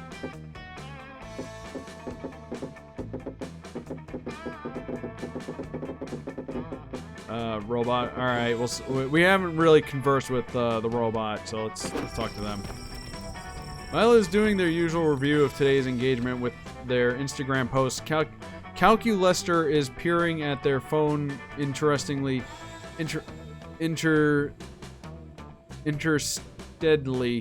There should... Okay. So you say that these likes are necessary to your health and well-being. Do they provide sustenance of some kind? Don't forget to like and subscribe. Well, they sustain me spiritually in a way. More likes I have, the better I feel, and the better the world becomes. Engaging campmodule.exe. It is a big psychological need. Then to know and be known. I am comforted that once again logic has proven that everything can be boiled down to a science. I have read that other pack animals like corvids experience a similar social drive phenomenon. Do corvids have Instagram? Wait, no, Instagram isn't a science. Curating aesthetically pleasing selfies and pairing them with poetic phrases of inspirational genius is a very delicate art from that science could never hope to explain. That's why I'm an expert in my field, darling. It's hard to be the bard. Error 404. But friend Milo, because Instagram is a computer-based application, wouldn't it follow that it is rooted in science? Instagram isn't used on computers, darling. It's almost entirely exclusive to smartphones. What are you talking about? You can use it in browser. Is that a microaggression? Smartphones are computers too. They are merely young upstarts with smaller, sleeker appearances. I apologize, darling. You're right. I should be promoting technology, body positivity. I'll post about it right now. My demographic would love it. Actually, after doing a quick algorithmic scan of all 1.2 billion Instagram accounts worldwide, I have scientifically calculated that the most fleek subject you could post is... Not enough signal to process this. 3 iguanas in Birkenstocks reading Eat, Pray, Love. What? No, your scientific method clearly doesn't work. Art, you see, is like an eggplant. Okay, neither of these nerds are getting anywhere fast. Can you end the debate on whether or not Instagram is a science or an art form? That reminds me, I haven't really used my Instagram in a while. I need to get back into doing that. Calculester, there are lots of things science is unable to explain, like Instagram, the nature of consciousness, and how I feel about Milo. I don't want to pick that one. Milo, you're saying no with your words, but yes with your IG profile. While we were talking, you went and posted the iguana thing. He would.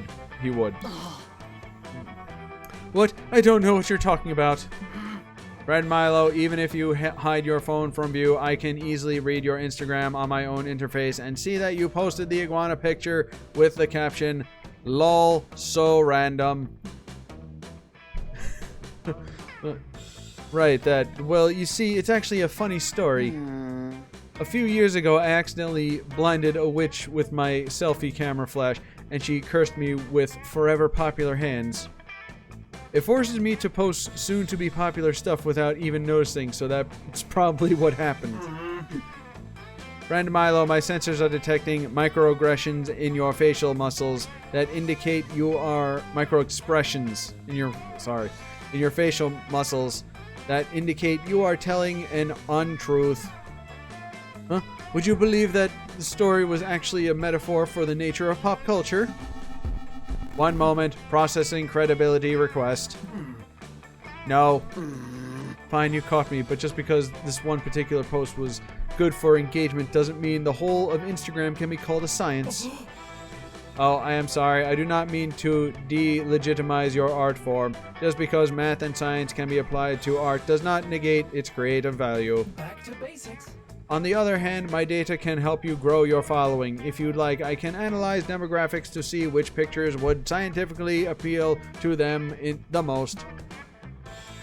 You may proceed.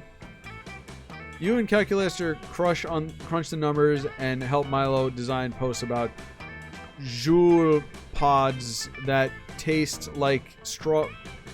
Joule? What? Pods that taste like strawberry, while White Claw for their overlapping sorority girl / fuckboy. What? Ah! My brain. You also learn that millennials are responsible for images of Snufkin wearing a chicken suit and committing tax fraud, and infants with Instagram are hot for baby shark analysis meme. They're vape pens. Okay. This just feels like a series of just random words. Like, did they put this through an AI or something? Holy shit. Okay, you got me. Maybe there's something to this whole science-art collaboration. This is an opportunity. Maybe to that's grow. why they say STEM majors and art majors should be friends. It worked for the band Queen. Why not for me? How inspiring. I am happy. I am happy that one of my innate abilities helped you, friend Milo. This is a joy to be the one teaching you something today. And you're just happy to help. Who knew science would get you that much closer to getting laid? You should totally start paying more attention in AP Comp Science. Bring out your flask. Oh, here. Oh.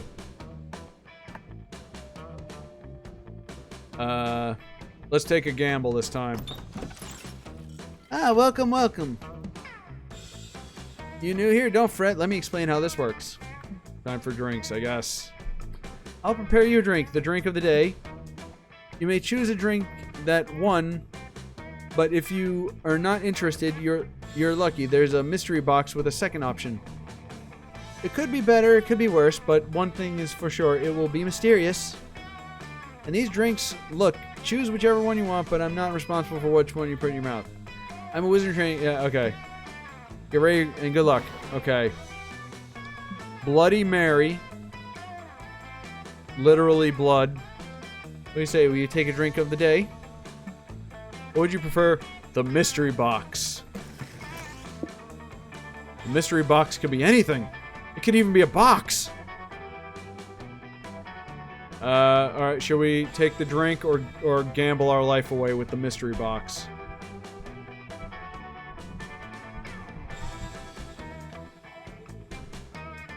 The box? I'm feeling the box. As long as it's not another mosquito. Because I'll ruin my stats again. Alright, we're taking the box. Dumpster fire. So bold of you. Hope you're happy with it. No refunds. Alright, what is that gonna do? The dumpster fire. Are you sure about drinking the dumpster fire? No one has ever drunk that shit. You actually do. It's so epic that from that day on, everyone knows you as Dumpster Fire. Well, good. You've truly achieved your final form. God. I'm This thirsty. fucking game. So hard to believe that you drank that. Good luck, I guess. Wait, did that change my name?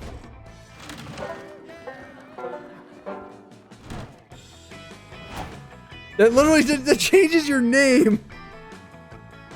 Oh God. Boy, this run is fucked. All right, where are we going, guys?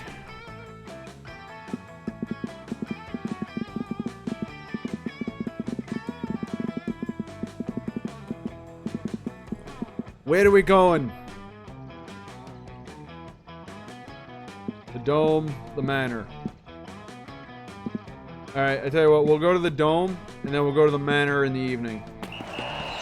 That day at Camp Dome, you all do thumb wars. That means campers are waging war against the Thumb Warriors, the supernaturally buff thumb monsters from Camp Thumb. I wonder if they know the dude from the heist. It's surprisingly terrifying. You're all sure to lose, but thanks to your quick thinking, you hatch a plan to fight the Thumb Warriors with their greatest weakness. Predators without posable thumbs. Some may say that your team sicking a pack of rabid mountain lions on the competitors is cheating, but you prefer the term strategic. You gain 2 charm. Hi, Damien. Afterwards, you managed to convince Damien that back massages keep away mosquitoes, and you really getting after it when... Hey, has that weird chuckling lamp always been there? Oh, God. What weird oh, wow. Okay. Guys, I think Coach is losing his mind a little bit. I think he needs to go to the home. There's something weird about this lamp. I just can't put my finger on what. Well, in the words of the great Mahatma Gandhi, when in doubt, set it on fire.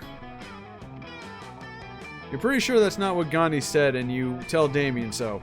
Really? I tried to read a biography on Gandhi once, but I couldn't understand it, so I set it on fire. I thought that was just this lesson in the book I was trying to teach me. He actually, like, Coach Z. He doesn't have a big wrapper medal around his neck. That was about 5 minutes ago. The book is still on fire, actually. In fact, it's what I was planning on using to burn this lamp. Watch. No need, Damien. The only person who's been burned here is you by my impeccable disguise. Whoa, that's crazy. Whoa, Counselor Floge, you were the lamp the whole time? He's so fucking stupid. Cameron Orenthal Flodge. Guilty. Pretty cool, huh? Only you think lying is cool, which I do, but only when I do it, not when people do it to me. I wasn't trying to lie to you, Damien. I was trying to teach you a lesson about the wonders of camouflage. Get real. Camouflage for stupid babies who are too lame to solve their problems with violence. Sneak level 100. Oh, so it's violence you're interested in, eh? I'll have you know that in the heydays of my youth, I once disguised myself as a baguette in order to stab the French Prime Minister. The French doesn't have a Prime Minister, they have a President. Only because I stabbed the Prime Minister. That just might work. I didn't know camouflage could be used for stabbing. This changes everything. Damien needs to learn a thing or two about stealth. You should play Metal Gear Solid. But I don't think it's for me. It's pretty hard to blend in when you have such blemishless crimson red skin. Don't worry about that, son. I can change my skin to any color I want, and I'm a master of disguise, so clearly skin color doesn't matter here. All we need to do is find the perfect way for you to blend into your surroundings. Oh, I've got an idea. Get a high-powered job in the fashion industry and make red the in color for this season and next season, and every season forever. Hide Damien in a giant bowl of delicious Hawaiian punch. These both sound so good. So, which is it, guys? Hide him in the Hawaiian punch? That sounds... yeah, okay. Okay, he liked it. You can do that? Now you see me. Now you don't. You can do anything with camouflage, son. Not to brag, but once I stuck into the G8 summit disguised as a guy who was running naked through the G8 summit. Anything is possible. That's crazy enough to work. This is the best idea I've had since I suggested we set that weird lamp on fire earlier. It's even given me some great crime ideas, too. Dumpster fire. Oh, God. Grab me some punch and fill a bowl. I've got to run an errand. I'll be right back. You better know than to ask questions, so you borrow a giant punch bowl from Rowdy the punch-loving giant and start filling. A few moments later... Hey, I'm back. Don't ask me where I got all these jewels, but... or whose blood this is I'm getting on the punch bowl. Goodbye.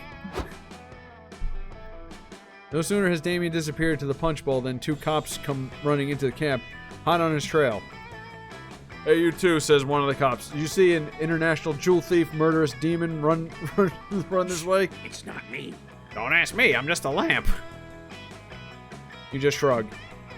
Well, says the cop, looks like we've hit a dead end. There's nothing here but this lamp and this innocent summer camper and his giant bowl of red liquid. I'm stumped, says the other cop. Normally, I'd be suspicious of such a large bowl of Hawaiian punch, but we don't know how much summer campers love sugary drinks. You're right, says the first cop, and keeping all of his punch in one bowl seems much more efficient than repeatedly filling a smaller one. Everyone is stupid.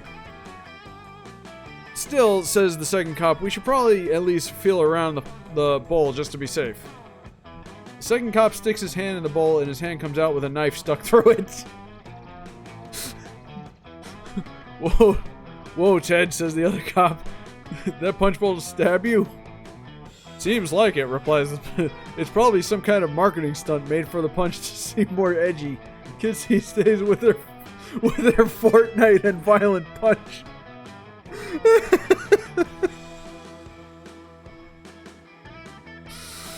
Oh. This game is breaking me.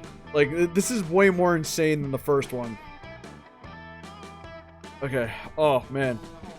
I actually got lightheaded from that. Give me a second. Woo! The cops leave shaking their heads and waxing philosophical about the state of today's youth. Drink some water. Holy shit.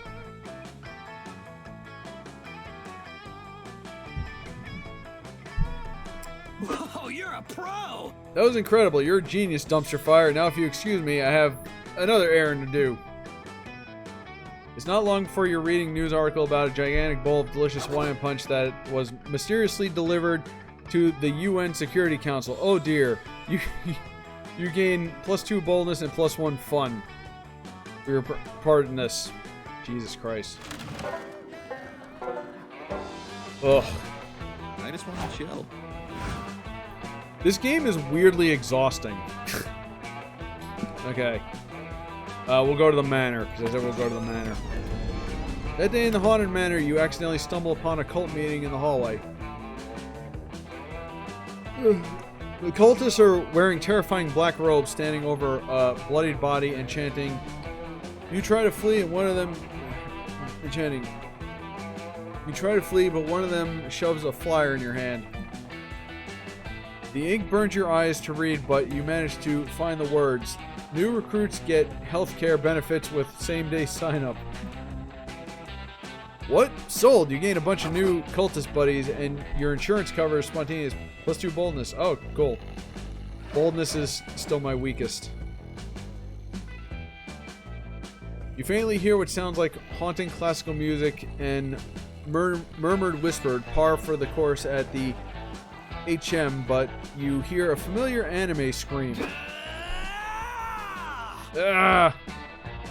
You're all idiots. We can't open our concert with a Forgotten Tomb song.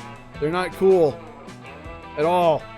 That's what, guys. I think that this game is really like frying my brain. Holy shit. That's why they need to be forgotten. Looks like your friends are in a room surrounded by Victorian ghosts having a party, and your friends look pretty freaked. Are they scared of ghosts? Well, he knows Polly. I don't know why. I don't know what their problem is. But no, not at all. That's why we're literally classmates who are Ghost Dumpster Fire. I hate that that's my name now. You may remember that Damien Dolly and I are into screamo band called Ventagram. It's pretty fun. Shrieking semi-coherently into a microphone is actually a good way for me to relieve stress. The problem is these Victorian-era ghosts hired us for their annual temporary return from purgatory party here in the Haunted Manor, and we can't decide what to open with. This is going to make or break that entire concert. The opening Summer is pretty much the only song anyone will be sober enough to listen to. Opening number. Wow. You can't help but inquire about the logic of spirits from the 1800s hiring a screamo band for their concert. Well, I don't think that they always like screamo, but being condemned to an eternity of purgatorial torture tends to affect your aesthetic tastes. What a noob. Yeah, have some fucking compassion, noob. Anyway, back to business. I agree that with Damien, no Forgotten Tomb cover. The best screamo cover is obviously Dangerous Woman by Ariana Grande.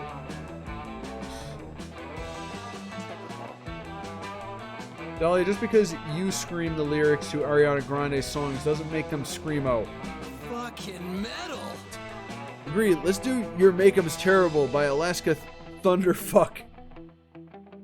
At least 6 of the words in that song are like my entire vocabulary. Enough of this. Neither of you know what you're talking about. I'm the lead singer, damn it. I need to decide what songs we do. Fuck this conversation. I'm getting the amp on fire. I'm setting the amp on fire. Damien, no, it's a rental.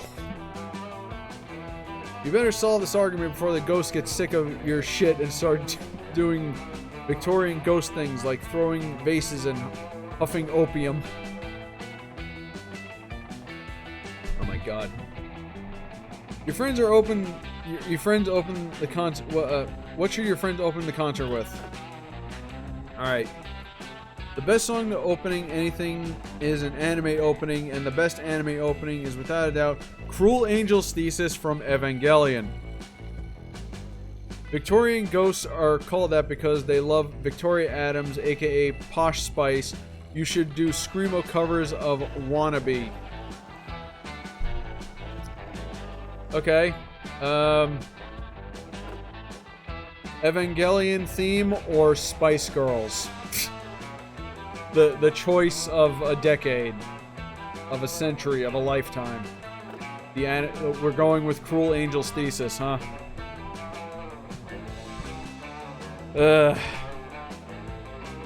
Alright, we're going with Cruel Angel's Thesis. Hey, creativity. Yes, that's an awesome idea. Nothing gets me hyped to crush my enemies like an anime opening, especially the opening of Evangelion. I never thought I'd say this, but I'm with Dolly in this one. Evangelion fucks hard. But guys, Cruel Angel's Thesis isn't a screamo song. Who cares? They're giant fighting robots in Evangelion. Enjoy fighting robots. And weird philosophical meanings that don't actually have any meanings. And a bullshit ending.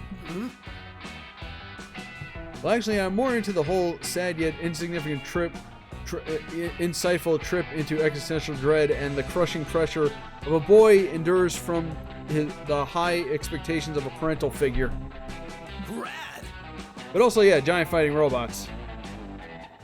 God. But I feel like we've been the least good to her out of like all the characters. I kind of feel bad. Joy, stop. I don't think you heard us properly.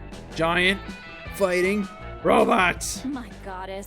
Oh my goddess. Fine, I'll sing the damn song if I get you two to shut the fuck up. You're lucky I'm half Japanese and can actually sing the lyrics. Your friends perform a screamo cover of A Cruel Angel's Thesis. It's actually quite good. You wonder if Victorian ghosts will appreciate an anime opening theme, but once the song ends, they're crying tears of joy? That was beautiful, the ghosts cry. You see, we are trapped forever in a purgatory as punishment for the horrible treacherous acts we committed while we were alive. And we reappear in the haunted manor once a year for this party, but for the rest of the year, we're stuck in an eternal torture. Watching and rewatching Evangelion without ever truly understanding its meaning. It's a horrific curse. I mean, that's pretty par for the course for Evangelion. Oh, well, then, sorry. We, reminded you of your never-ending torment. No, while Evangelion itself may be unrelenting nightmare, its opening theme is still pretty catchy. Every cloud has a silver lining. Personally, I prefer the outro to Evangelion. Fly me to the moon, let me play among the stars. Although I do prefer the Frank Sinatra version over the cover, but to each his own. Somehow, it looks like your friends reminded the Victorian ghosts of the best part of their eternal torture, which puts them in a super good mood for the rest of the concert. You get blasted on ghost opium while watching the performance, and your friends fucking kill it. What a night. You gain 2 boldness and 1 fun. The last day of summer's here. Dumpster fire. Alright.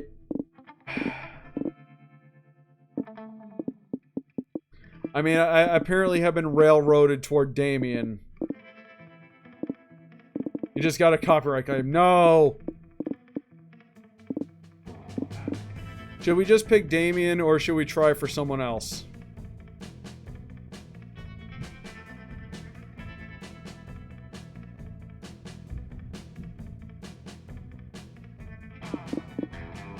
Alright, I guess we're going with Damien. We'll do one more run. You know, we'll do a short run, and we'll try and get with one of the girls. Alright. Alright, Damien. Ask Damien to go to the meteor shower. He might say no anyway, because that's basically how these games work. Okay. Finally gather the courage to ask your beloved to watch the meteor shower with you. Loser. I mean, he said no. Huh? You know, I'm the prince of the 8th circle of hell, right? That means I gotta follow a ridiculous number of royal customs. Lame. Well, in the end, it didn't matter. Which is another sad song we could have did a Screamo cover of. The prince should never ever date someone who's lame and ugly. Being a royal, am I right? Okay, well... Zombert got rejected anyway. Why did you take those monster scout courses surviving bear attack? You should have taken the ones on surviving rejection. Jeez, narrator. Rub it in, why don't you? You were not ready for this. You weren't ready for a bear attack either. Apparently, since one attacks you right after that, you cannot do anything but get your whole face mauled. I'm sure Zombert is used to that. No secret endings. 350 summer memories. I guess that sounds good? I don't know.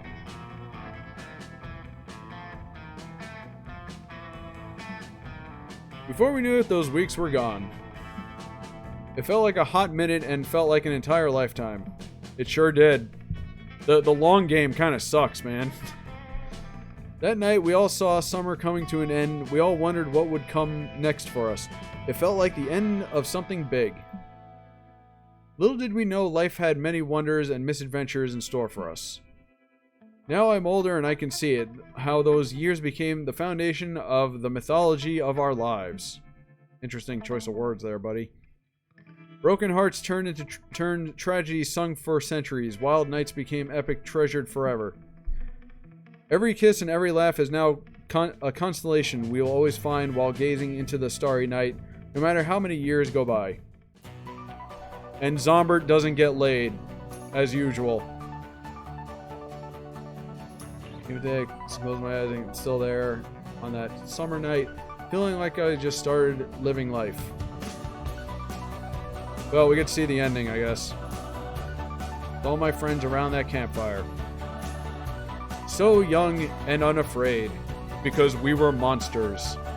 People are afraid of us. Oh, they got, like, animations and a song that will probably get me copyright claimed. Thank you. Thank you, Jesse Cox.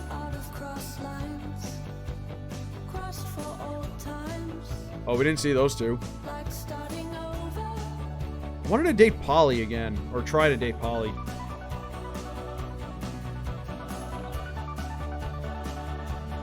Milo, do not take my picture without my consent. Thank you.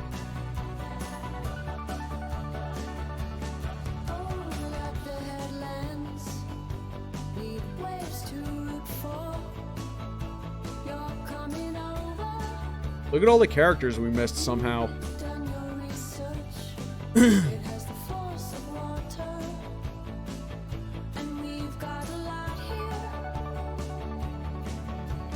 Oh, Gerard was in this too? I would love to do a voice in a video game or something. I've been saying for years I want to put together like a voice reel. I just don't know like how to do that.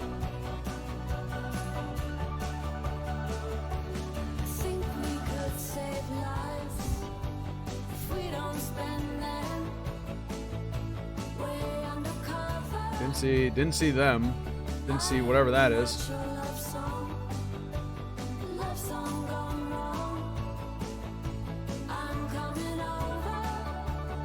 I guess we'll just let this play out, and then we'll we'll try a short game, because I don't know how much more of this I can actually take. And we're gonna play it again on the next stream, or we're gonna play the third game on the next stream and round off the trilogy. And hopefully Zombert can actually date someone.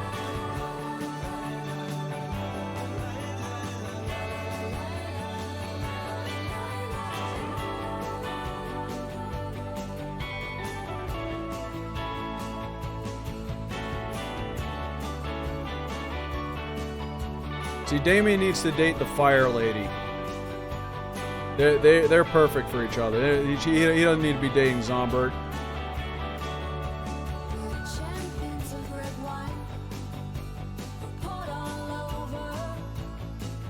Alright, we're at the Z's, so this is probably going to be the end.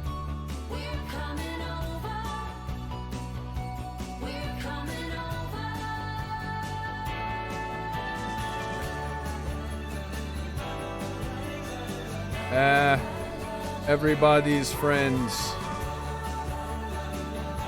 Look at the friends we are.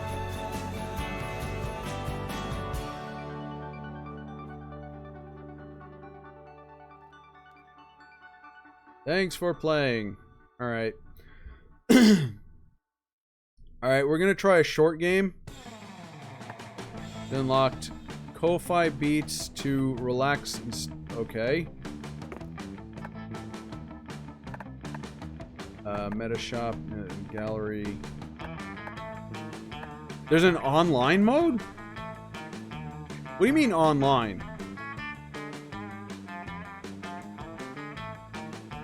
What does this do? Let's investigate this first. Oh, okay. It's for, like, playing with someone online. Okay. I thought maybe you can, like, jump into someone's game or something. No, you need friends to play with, and I don't have friends. Alright, so... I guess we'll play a short game.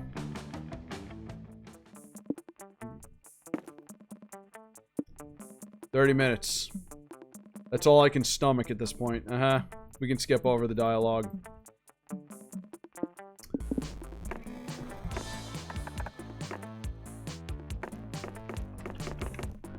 Okay, Zombert. Round 2. Get back up. Okay, so none of this, like, came into play during the,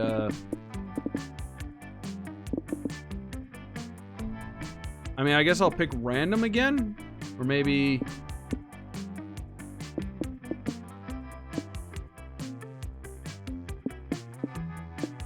I don't know. I don't know what any of this stuff does. Their stats. Okay. All right. You know what? We'll just pick random then. We got a mirror, a sock puppet, and a knife. Good. We're prepared.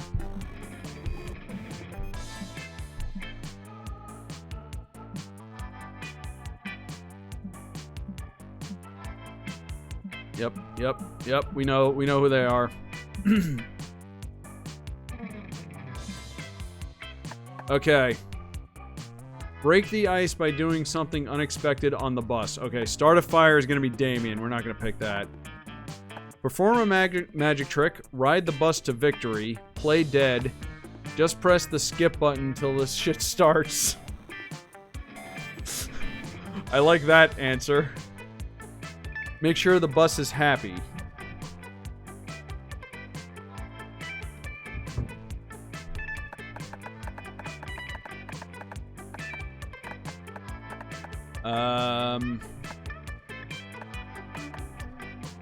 Perform magic trick, play dead.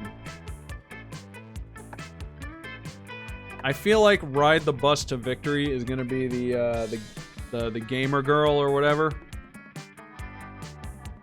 Watch me be wrong. Oh, it's Dahlia. Okay. Alright. I'll take her over Damien. I know you are. Apparently not. Wait, we're riding to victory right now? I thought we were on summer vacation. I admire your resolve, Zombert. War never sleeps, and we're always victories to be taken. You've opened my eyes. We shall ride this bus to our destinies, and when we reach camp, we will have our spoils. Just what the spoils are remains to be seen, I guess, but war conquers never doubts herself. I meant you wanted to Arabi. Well, unfortunately, we're stuck. Unless we want to start over. I mean, we could try. You know, let's live with our choices. We only had 3 weeks left to woo our crushes and conquer their hearts. But as I already said, we were young and unfriendly. Okay, shut up. I just want to chill. Alright, so we don't have a lot of time.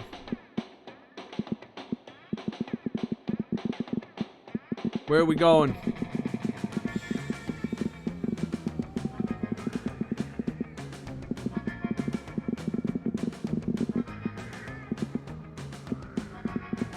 Where are we going? The manor. We'll go to the manor. The day you explore the haunted manor's basement to find it has a sub-basement. The sub-basement is full of haunted chairs and a staircase to a sub-sub-basement. The sub-sub-basement is a haunted wine cellar. The sub-sub-sub-basement is a haunted nightclub for ghosts who don't like wine. They serve haunted spirits. Ha! The sub-basement to the 10th power is a subway. You eat a foot-long Reuben and continue your Oh, it's a subway. I got it. You eventually check a walkthrough and find that the haunted manor can spawn an infinite amount of sub-basements. You only make it as far as the 89th level, which is a Dom sub-leather room. You gain +2 boldness from the horrors you witness there. Oh no. Later you find Dahlia sitting with her legs crossed and her palms pressed together. Her pose reminds you of meditation, and it would be very calming if Dahlia wasn't screaming at the top of her lungs. Ugh. You tap Dahlia on her extremely muscular shoulders and ask what's going on. Hey! Oh, hey, Zombert. I was getting into a screaming meditation session. Someone with my raw power can't stop training, even for a single moment. Missing a training session is one of my biggest fears, but a true warrior has no fears, which is proof that I need even more training. Speaking of which, being at camp actually opens up some unique training opportunities. I saw this documentary the other day about a warrior who was able to harness the power of nature itself. You're OP! The warrior studied for years with toads of Mount Myobuku, and once the toads learned to trust him, they taught him their special jutsu. And all that nature training really paid off. The next documentary, where the warrior defeated King Dragon of the Dark Tournament of Heroes. Aww. To be honest, Zombert, I'm kind of struggling to harness nature's power. I find it a single wise toad. All the toads I found here are idiots. You're the saddest bunch I've ever Everyone met. here is an idiot. Don't worry about it. It's so frustrating. I'm surrounded by nature right now, but I can't figure out how to harness it. Maybe go outside. We're in the manor. Suddenly, Dahlia turns away from you and starts shouting at a nearby tree. Nature, show me your secret jutsu. I promise that I only use your power when I really need it, like when anyone challenges me for any reason, just whatever I feel it. Giving Dahlia the power of nature sounds kind of terrifying, but also kind of hot, like in a poison ivy tentacle vines way. Help her do it. To gain the power of nature, you must first defeat nature. Devour a salad. To gain the power of nature, you must be one with nature. Become a salad. Eat salad or become salad. Which one, guys?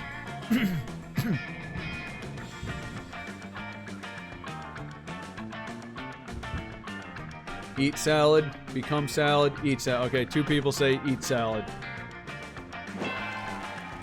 You tell Dahlia that eating a salad will literally mean that she'll be getting her power and energy from nature itself. That plan makes perfect sense. I want to see her like pick up an iceberg lettuce and just take a bite out of it.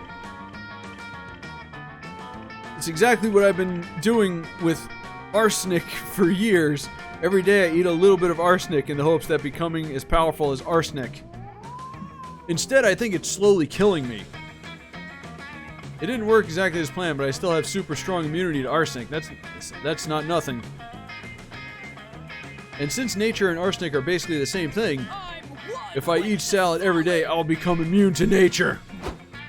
Oh, that's not what you meant. You tried to point it out to Dahlia that nature and arsenic are slightly different things, but she's too busy eating arugula to listen to you. After a week of eating salads every day, Dahlia finds you. Admittedly, she looks great. Getting enough fiber is good for the skin. Dahlia is here. Zombert, thanks for your idea. I've completed my training. Over the last few days, I have eaten 5 whole salads, including the salad bowls. By this point, I obviously must be immune to nature, and to test my new powers, I have thought up a series of nature immunity tests. I'm going to start by hugging a beehive and then do some dental work on a wolf, and finally I'm going to use an eel as a belt. You wince terrified at Dahlia's nature test. She runs to a beehive, arms wide open for a bear hug. And it works. The bees happily hug Dahlia. Soon after, she makes a fashionable eel belt and perfectly removes a wisdom teeth of all the wolves in the forest. I love it when everything works out. Honestly, the animals are probably too afraid of all the arsenic in her bloodstream to attack her.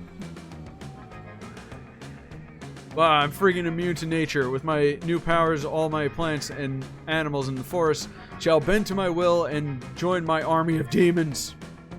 This is Oh, god damn it. Okay. My computer's been doing some weird things, and it keeps closing, well reducing the game for some reason. I'm gonna have to look into that. And also, I shall never get another mosquito bite. Hell yeah! Dahlia is so excited about her new nature powers that she decides to make a celebratory salad for you to split. She even includes avocado, even though it's an extra 50 cents. You're touched by Dahlia's kind gesture, but as soon as you take a bite, you feel your throat begin to swell. Zombert, I forgot to ask you if you're allergic to arsenic. Since I'm immune to it, I put a healthy dose in my salad dressing. Even though your immune system is literally shutting down, the warmth of Dahlia's affection fills your heart. You lose some control over your nervous system, but you gain +2 creativity and +1 boldness. Worth it.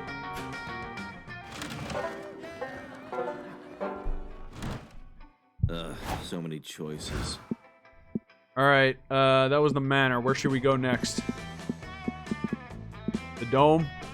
I bet Dahlia would absolutely love to be at the dome.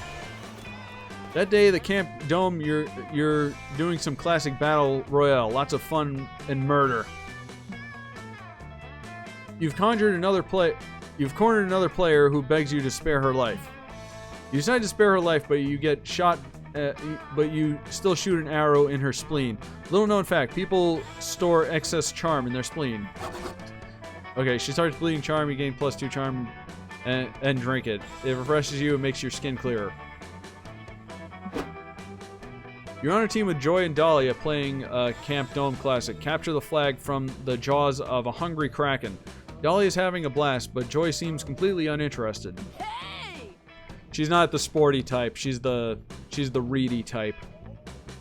What's the matter with you, Joy? Aren't you having fun? I'm having a blast. No, I'm completely uninterested in this.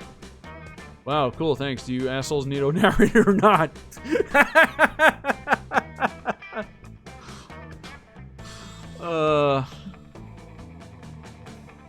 Oh my god. We could be out saving the world from actual krakens right now, but instead I'm stuck here playing a stupid game with no real satisfactory conclusions. Hang on 1 second.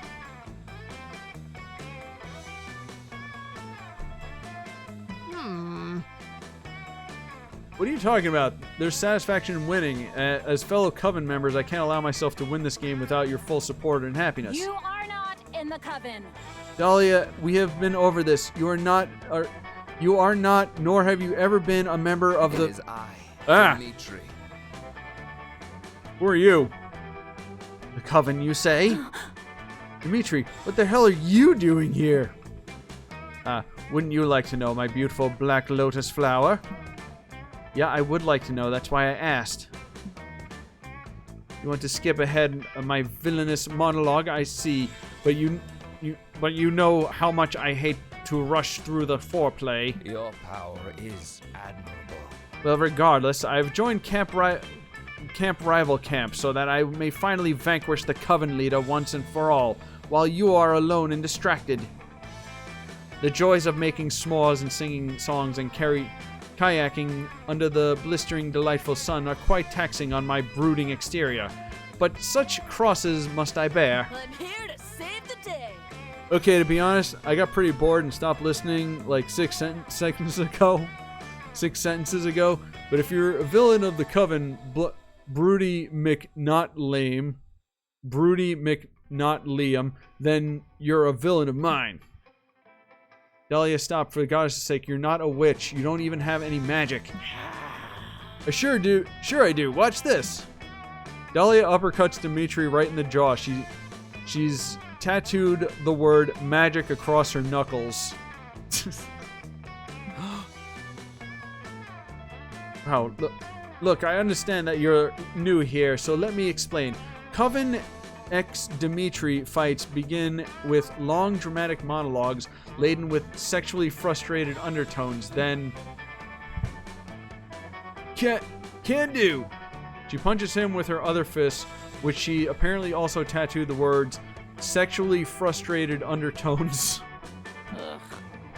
Dahlia, please, just stay out of my way so I can wrap up this fight and we can all go home. This episode only has 10 minutes left of runtime. Not over. No way I'm leaving Fearless Leader alone to fend for herself against this frickin' creep. That's not the Coven way.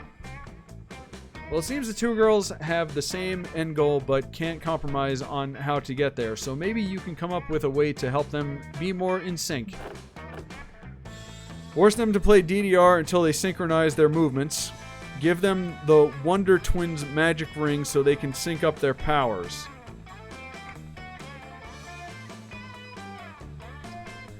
DDR or Wonder Twins rings.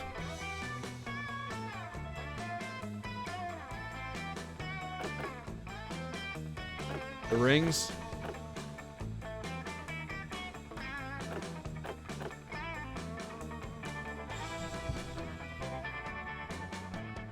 Alright, Wonder Twin powers activate, I guess. Not so smart. What sort of rings did you say these are? They belong to the Wiggle Twats? No, silly, the Wonder Twins. They were the greatest shape-shifting superhero duo of all time. Twin powers activate. DDR comes straight out of NG. Real. Oh. Oh, right. The scene where they were doing DDR to sync up. You know, they got the Wonder Twin powers activate, and Jaina would be all like shape of an eagle, and Zen would be all like form of water. Gosh, so cool. I feel like this is an old reference for this game, but whatever. Wait, why an eagle? Why water? They're shapeshifters, right? Why don't they just transform into, I don't know, a dragon with impenetrable armor or something? No, you gotta trust me on this. The water and the eagle are the way to go. Now put your ring on and say the chant with me. Look, I think I'd rather stay a witch if it's all the same with you. Fine, then I'll show you the awesome power of the Wonder Twins form of water. In a flash of light, Dahlia transformed into a bucket of water with her face on it. From a bucket of water. Yeah, holy crap, I'm a bucket of water. This is so awesome. Great, so now what? Okay, you gotta pick me up and throw me at Dimitri. Believe me, I've seen the Wonder Twins do this dozens of times. This never fails. Reluctantly, Joy picks Dahlia the bucket of water, throws the water, or Dahlia herself, I guess, all over Dimitri. Get ready for your demise. Wow, I feel so uncomfortably moist. Okay, is that it? I don't know, like 80% of the time the Wonder Twins plans were like this. It Isn't the situation solved now? Enough of this. No, not at all. The only other plan I can think of involves you turning into an octopus and me turning into an ice unicycle. Want to try that one? Not happening. No, I don't. Oh, okay. Dahlia shapeshift back and Joy. She and Joy end up using spells and punching to defeat Dimitri, which is admittedly a far better strategy than dumping a bucket of water on him. But afterwards, Joy is still pretty annoyed with you for wasting her time, and Dahlia is underwhelmed and disappointed by the twin powers. You might have ruined her childhood a bit. Okay, well, that was the wrong choice. I got an achievement for the bucket of water Dahlia for some reason. Alright, I guess we're gonna try to... Why are these two always together? My god. I guess we'll continue to try and date Dahlia.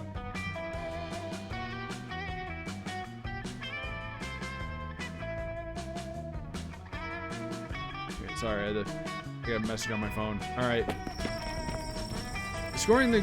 You're scouring the ground for any dropped s'mores or lost wallets or other fun paraphernalia for you to take, like some kind of horny young adult vulture. But instead of finding any of that, you find Dahlia and Joy having an argument. The most fun thing of all. Seems to happen a lot around here. Okay, Joy, I've been ready. I've been prepping this all week. Lay it on me. Lay what on you? The Coven test, of course. Girl, listen, it ain't happening. Move on. My goddess.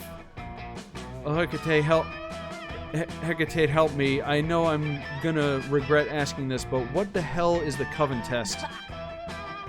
Don't act like you don't know, silly. It's the test for me to join the Coven. I've been prepping for this harder than ever. Than I prepped for anything. I spent like 20 minutes studying. Dahlia, I told you a million times, the Coven does not work that way. You cannot join, period. Yeah, you almost had me.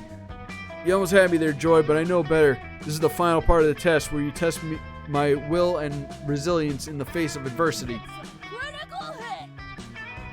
You're seeing if I'll stay in the game by making me believe that there is no game, but I know your tricks. I won't fall for it. You are not in the Coven. Damn it, I'm not trying to trick you. There's no such thing as a Coven test. Oh, really? Then how do you explain this letter I received stating that I made it into the very exclusive final stage of the Coven test? What? Give me that. Dahlia, you obviously wrote this letter yourself. No, it's totally legit. It was delivered by my tent to my tent by my magical raven this morning. Enough of this. Then why is it addressed to Dahlia Aquino, buffest blue babe of all? Also, you misspelled joy. Man. No, you didn't. Your name has always had a silent D. Joy. You will get this show canceled. Dahlia, I'm sick of your shit. This letter is meaningless and you're not taking a Coven test because there is no test. Yep, gotcha. So there's going to be an oral section of this test. Also, is it cool if I mark my answers in blue glitter pen? It's the only writing utensil worthy of me. There's no way this argument is going to end anytime soon. Obviously, Dahlia isn't going to let go of this test thing. So is the true test... So what is the true test for entering the Coven? Only 3 witches can form the Coven in order for Dahlia to join. One of the current members must die. Oh no. Dahlia, to become part of the Coven, you must spend 30 years as a hermit far away from here. The first one? Are we sure we're gonna go with this one? Alright. Why the hell not? Let anarchy reign. You're a bad omen. But no, that's not all how this works. But it makes so much sense. You point out that Joy joined the Coven after Grace, the previous Coven leader, tragically died. Well, that may be accurate, but so it is true. One of the current Coven members must die. Why didn't I think of this sooner? Oh no, Dahlia, don't do it. It's because it's insane. You can't kill one of the Coven members. It sounds like a challenge. And to think, Joy, that you were once in the same position as me.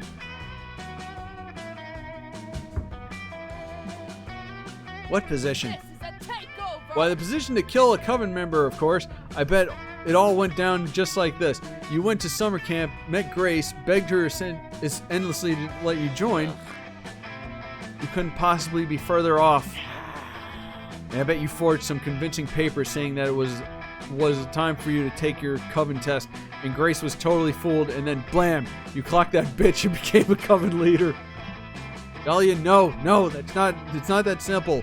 For one, me and the girls are all witches. Yeah, for now, but soon one of you will be dead. No, not to mention we were chosen to be part of the Coven by the triple goddess, and each of us represents a core virtue in humanity. Fear not, puny mortals. Yeah, and that's what's more virtuous than Dahlia. The question is no longer will Dahlia kill one of us, but which of us will Dahlia kill? This is a hard pick. I obviously can't kill you, Joy, because you'd see it coming. Okay, at least she's safe. Maybe should be Hope. I mean, she died 3 times already, so a 4th death wouldn't matter that much, right? I'm here to save the day. But maybe Faith would be a better pick. She and I have the same calm and collective vibes, so if I took her place, it would be the most seamless switch. Seriously? Dahlia, you're joking, right? You're not actually gonna try and kill one of my girls. You haven't seen the last of me. Another test of will. Of course I will, Joy, and I promise to make you proud. Come on, Zombert. Since this was your idea, you should join me. I don't want to be an accessory to this. You and Dahlia walk off despite Joy's protests. You always knew that you'd be an accessory to murder one day, but you never dreamt it would be with someone so hot. Woohoo! You never managed to find Faith. Joy probably warned her, but in life, as in the law, it's the intent that counts. Uh-oh.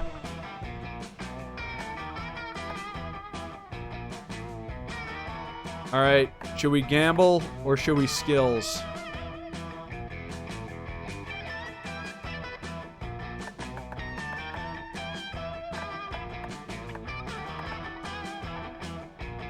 Gamble or skills? Gamble? We're gonna gamble? Let's gamble. That weekend you feel like getting wasted, so you go visit none other than Juan. Hola!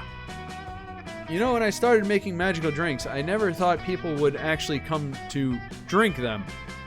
But hey, who am I to judge? Anyway, take a look at this one. Bone hurting juice. What do you say? Will you take the drink of the day? Or you prefer the mystery box?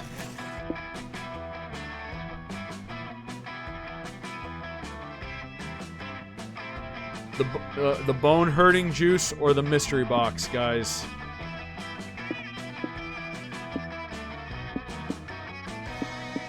Zombert's a zombie. I'm sure his bones already hurt pretty bad. Alright, we're going with the mystery box again. Alright. Mystery box it is. The box!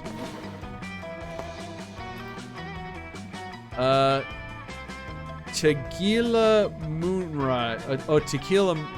Tequila Moonrise. Instead of a tequila sunrise. Okay, I get it. Mystery box, so bold of you. Hope you're happy with it. No refunds. Alright. How's this gonna fuck me up? Let's find out. This is called the Tequila Moonrise. What a powerful, invigorating drink. I gave it that name because when you drink it, you can feel all your Oh! I like straws. Yo! Okay. That's good. This is the part where I leave before you puke all over me. Chow. Okay. The box came through for once. Is there a place where I could just do nothing? Place where you can do nothing? Well, we can just sit here. And do nothing. Alright, guys, where are we going?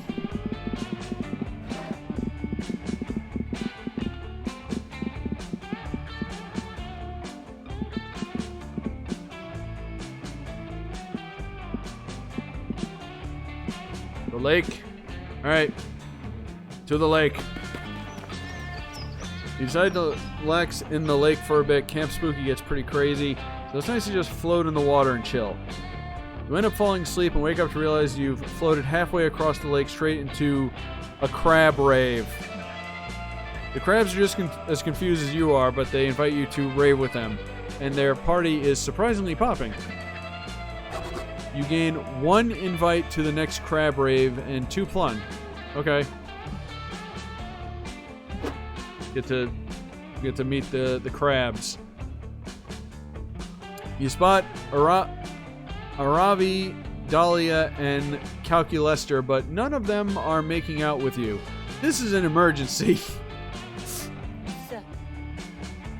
Sup, Zombert? These nerds are all getting ready to raid a water dungeon together, and I'm using it as inspiration for my slam poetry. Normally I just... Oh, man. Normally I just solo it, but I hate water levels. Back to basics.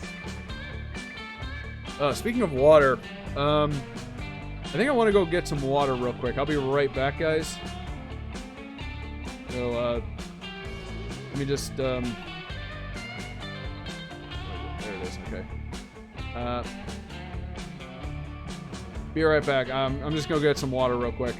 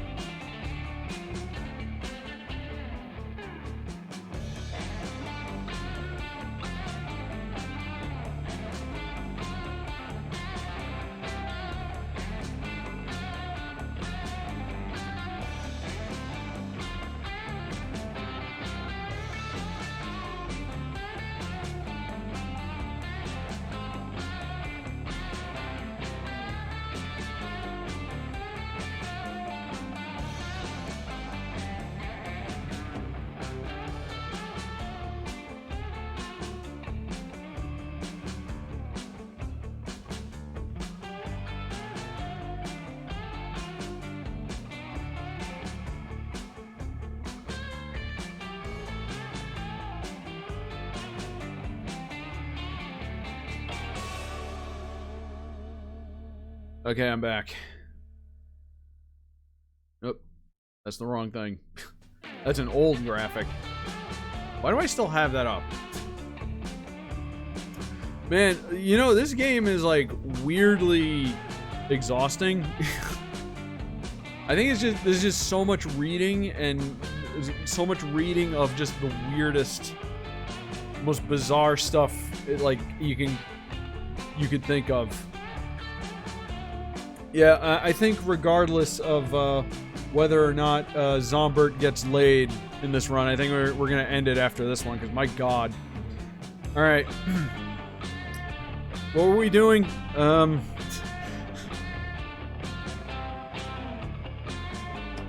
God. Well, as they say, teamwork makes the dream work. I am unable to dream, so teamwork is the best I can hope for. Calculaster sips on his waterproof case. It slips on his waterproof case. It's oddly sensual. Oh, he slips on. Okay, putting his thing. Okay. I thought he slipped like he slipped and fell. So broken. I'm so excited to crush some monsters between my muscular thighs and inspire my allies with a song. Introducing Dahlia Aquino, the Barbarian. Oh. Okay, that was noises.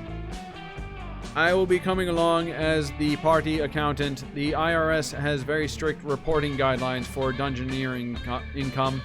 Ooh, yeah. I'm gonna cause a bunch of problems. I can't have a dungeon without problems. Not since I got saddled with you, at least. Alright, let's get in there before my buffs wear off. My buff never wears off. I'm excited. I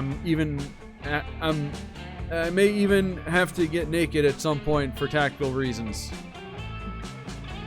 Hopefully not on stream. Yeah, treasure, adventure, tactical nudity. You've got to be a part of this adventuring party.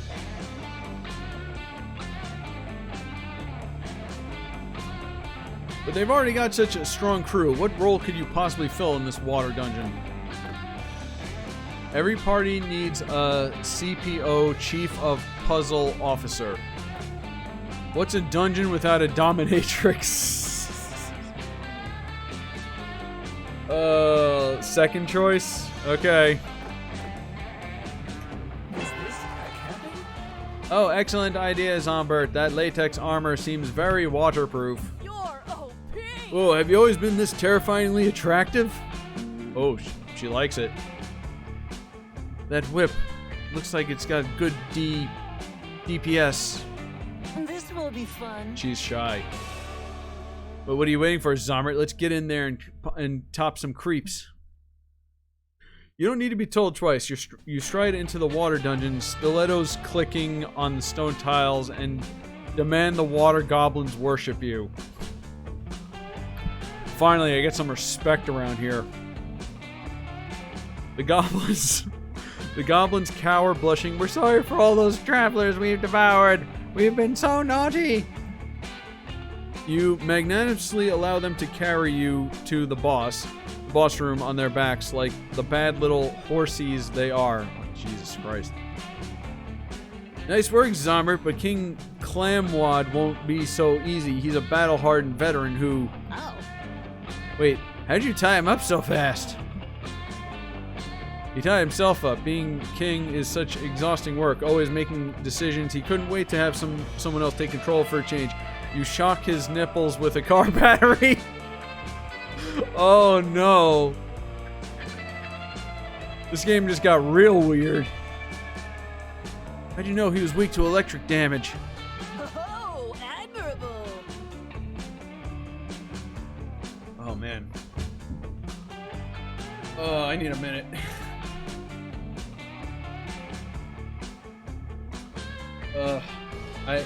I am like genuinely like winded from this. Holy shit. Like I can't believe how exhausting this has been.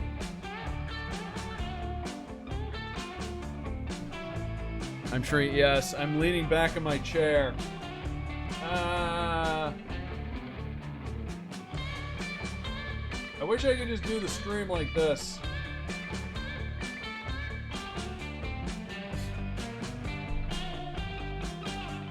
I think Zombie is just a natural feel for these things. 2 hours and 1.5 car batteries later, you're walking out of the dungeon with all the treasure you can carry. I now see summer camp's appeal. My word, I shall have to overclock myself just to count all these riches. Who knew Findom was such a lucrative field? Gee, oh god. Sure, the treasure's nice, but the real reward was watching Zombie dominate those monsters. My spank bank's full for the rest of the summer. How about you, Aravi? Oh, she's super horny. I can see it in her head. Shut up, Hex! Aravi managed to distract everyone with a sudden outburst of senseless violence, but you can see the lust in their eyes, hers and everyone else's. You gain +2 charm, +1 fun. I need a headset mic for that. Yeah.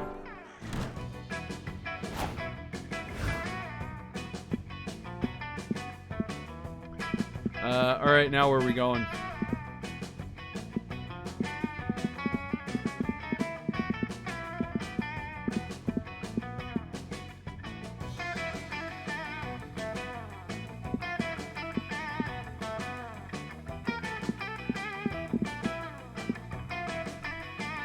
The woods? To the woods! Like deep in the wood, find mysterious. Oh, we read this one already. It's the Gravity Falls book, but I got smarts, so that's nice. Afterwards, you're hiking with Joy, Dahlia, and Milo. Joy and Milo are trying to have a very insightful conversation about the practical value of tragic literature. But a loud nearby crunching noise is totally killing the vibe. Okay, Dahlia, what are you eating? I thought I told you that chewing on the bones of your enemies is a choking hazard. I'm not choking on anything. I'm eating these berries I found a few minutes ago. They were so colorful and bright and full of possibilities. Oh no. Oh no. Much like your future, darling. Wait, how did you know those berries aren't poisonous? She's immune to arsenic. I'm pretty sure she can take a few poisoned wild berries. I guess I don't. Well, the only way to know for sure it would be to eat all of them and see if I get poisoned. That's literally the worst method I can think of to solve this. Milo, come back. Milo, back me up here. What doesn't kill you makes you stronger. But I like Dahlia's go-getter attitude. You miss 100% of the shots you don't take. Always the same. Wayne Gretzky said that.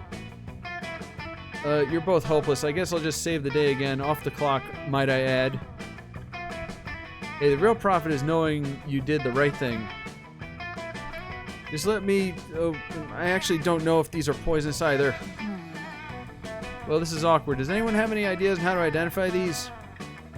Dahlia raises her hand. Besides eating them. Milo raises their hand. Enough of this. We're doing an Instagram poll. Everyone puts their hands down. Looks like it's all up to you now. Do you have any ideas? Find some bestowed lovers in the woods and tragically murder one of them. If the other one tries to eat your berries, they're definitely poisonous. Check the berries. Yelp reviews.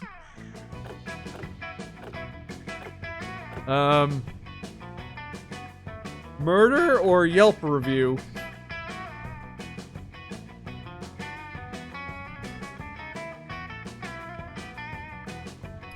Both of these sound bad to me.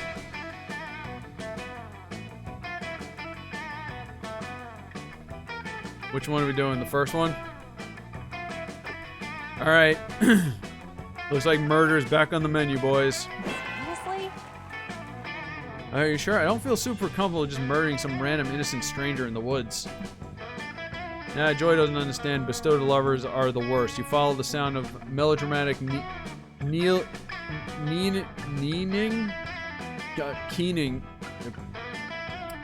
to a nearby... Wow, my fucking head is fucking fried. Clearing where a man and a woman lie in the grass. Ah, me, sighs the woman while shedding a glittering tear. I know not why I love you, for our love can never be, and yet I am excited by you, so... And are you, says the man. Ah, dear love, why art thou yet so fair? Our love defies logic. It defies the very stars. It defies the notion that we should progress as individuals rather than remaining in this all-consuming doomed romance until we die of broken hearts or unplanned pregnancies. Jesus, game. And yet it promises to end in tragedy. We mustn't be. But we must. And yet we mustn't. But. Okay, you're right. These two suck. Who wants to do the honors? Dahlia throws a rock at the dude's head and hits the temple perfectly, and he crumples to the ground. No, cries the woman. My life, my love, my entire world. The thing I was using to prove my father and I didn't need to go to college is dead. Where can I find purpose and fulfillment now? I can't go on, but what shall I do? Shit. I'm all out of rocks. Guess I could try throwing my snacks. Yes, the gods hath bestowed upon me one final gift upon our doomed love. Poisonous fruit. I shall expire just like the fruit in my loins once I watched you perish, my dear. Oh, man. Hey, what the hell? You weren't supposed to eat all of them, you little... Mm-hmm. And she's dead too. Mm-hmm. Well, at least they died doing what they loved. Each other. I just snatched their souls up real quick and... surprised the man sitting up suddenly. She passed the test, that's so great. She really loved me after all. Wait, you weren't even fucking dead? Nope, I was testing to see if she was truly in love with me. Everyone knows you have to hold out for the woman who becomes so enamored with you that she dies alongside you. If another rock hits him in the temple, his time passes clearly through his skull. Have no fear. Dahlia. Yes, the battle is won. I may not have killed you the first time, but Dahlia never fails. Good for Dahlia. This experience has given all of you a good poison identification education. Coach will be proud. You gain +2 smarts and +1 boldness.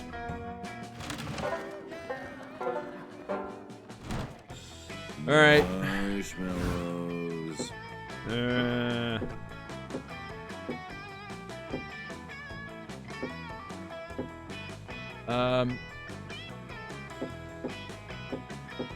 I guess we'll continue to sit next to them. My god, these two are just always together. Maybe they should date. You sit down between a classic Dahlia and Joy exchange. Dahlia is being very intense and excited, and Joy looks like she'd walk over a bed of hot coals if it would shut her up. The coven is here to save the day. Come on, Joy, it'd be a great addition to the coven. Man, she is just hell-bent on being part of the coven. Jeez. I've already memorized all your moves, your favorite catchphrases. I even brought the limited edition Kawaii Third Hope phone case off eBay. What more do I need to do? How about be a witch? Or having even the slightest bit of foresight and subtlety to your plans? I can be subtle. Look at me. I'm being subtle right now. Watch as I inconspicuously nudge you towards inviting me into the coven. Oh, man. Now please let me into the coven. I want this so badly. Enough of this. We don't need a fourth member. 3 is just the number of the triple goddess, which is not a force that can be broken. I feel like they've had this conversation so many times. Jeez. They're a cartoony lesbian pair. It just... This whole exchange just feels so repetitive. My god. Also, we only have 3 main character slots available. If we open a 4th, the network will be forced to establish a union. So muscular. Well, I'm sure there's something I could do. Maybe I could be your body double for the really intense fight scenes. I mean, we're basically twins already. Yeah, no. Not happening. Oh, come on, look, I already have a Joy wig that I can wear. Oh, please put it on. Is that real hair? Have no fear. Hell yeah, I've been collecting it slowly while you slept. Oh boy, Dahlia. Jeez. Been collecting it slowly while you slept so that I can be prepared for this exact situation, which should show you how committed I am to the coven. Joy looks halfway between exasperated and disturbed, but God, Dahlia is just so cute when she's irresponsibly passionate about something. You know she's gonna drop this. She's gonna drop this until she gets a satisfactory answer. But which of them do you want your answer to appeal to the most? You can be a Coven sleeper agent, so go sleep and we will let you know when you're needed. The Coven's last season was too grim. The season we need more sex appeal. You can be the irresistibly blue seductress who distracts the villains. Second choice? She's the special Green Ranger. Alright, second choice? Alright. What? But that doesn't... Impressive. Hell yeah, baby. Baby, I'm in. Booty calls. But we don't need a seductress. That role is definitely already... I mean, it's completely unnecessary. No, it makes perfect sense. I can distract villains with my rippling pectorals and raw sexual energy. And you can fight them when they're not paying attention. Which, please. Okay, but what? I mean, you are gonna fight them, aren't you? Not like you're having a torrid love affair with any of your enemies, right? Nope, that's not...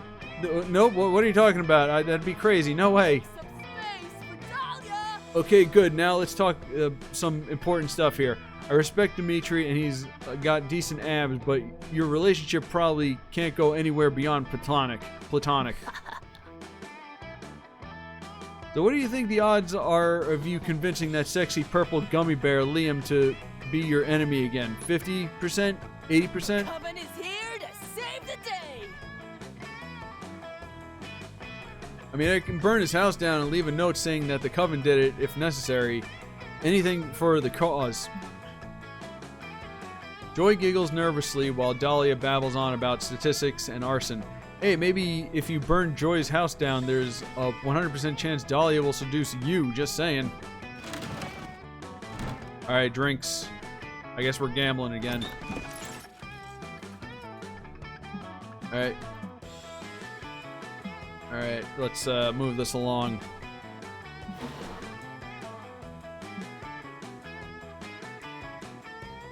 Phobia shots.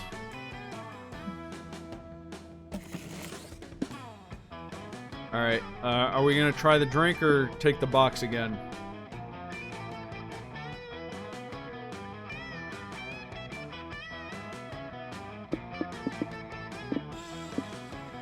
I guess we're just gonna keep taking the box.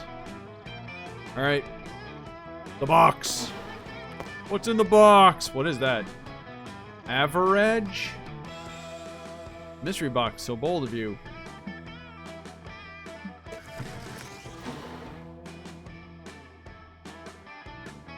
Average. Is this gonna, like, average out my stats? Sometimes I just want to blend in with the masses.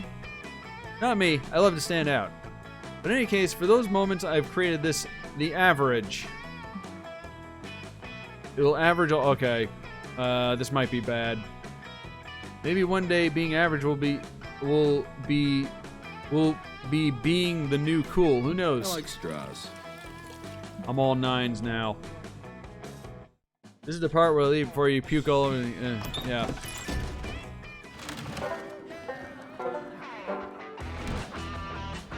Okay.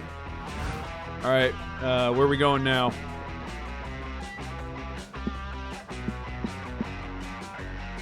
The manor. We'll go to the manor. All right. While wandering the haunted manor, you're ambushed by a group of evil spirits. You put up a good fight, but there's just too many of them and they run away with your mortal soul. Luckily, you always knew this day would come and you replaced your immortal soul with a Beanie Baby years ago. That seems plausible. You just stick something inside of one of the open sores in his body. Good foresight on your part. You gain 2 boldness. None of that gets any closer to banging your campmates, though, which is why you're so relieved to find Dahlia shortly after. She appears to be thinking? That's not like her. Harpoon gun, baby powder, tank of compressed helium. What am I missing? Oh, hey, Zomber. Behold my latest gambit in my all-out campaign to have the best summer ever. You see, one likely component of an optimal summer is an amazing tent, and an amazing tent needs an amazing tent supplies. I've already packed all the essentials: a grill for cooking my tent steaks, a snuggly teddy bear so I can keep my biceps toned by squeezing it tight, and of course a bag of live snails. I'm sure I don't even need to explain that one. Nah, everyone does that. But I just can't shake the feeling that I'm missing something, and if I'm missing something, there's a chance that my tent will be suboptimal. I can't allow that to happen. But what can it be? I've already got a cooler full of spare organs and a spiked dog collar in case I find a dog. Maybe I need a hand mirror for starving campfires and checking out my look. No, that'd interfere with the tent's laser grid. I'm really stumped, but you look like a monster with a lot of camping savvy. Maybe you can help. If Dolly is gullible enough to believe you have camping savvy, she's probably got bigger problems. Well, here goes nothing.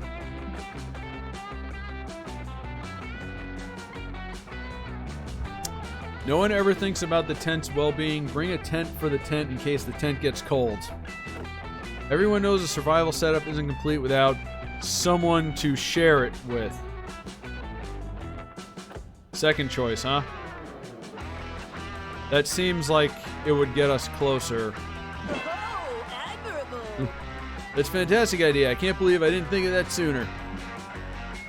I've always believed in strength in numbers. That's what makes me such an excellent demonic warlord. That and my peerless intellect, gargantuan muscles, overpowering charisma, and an unmatched humility. Of course. And as a warlord, it's only fitting that I invite my entire army along. I'm only ashamed I didn't think of it sooner.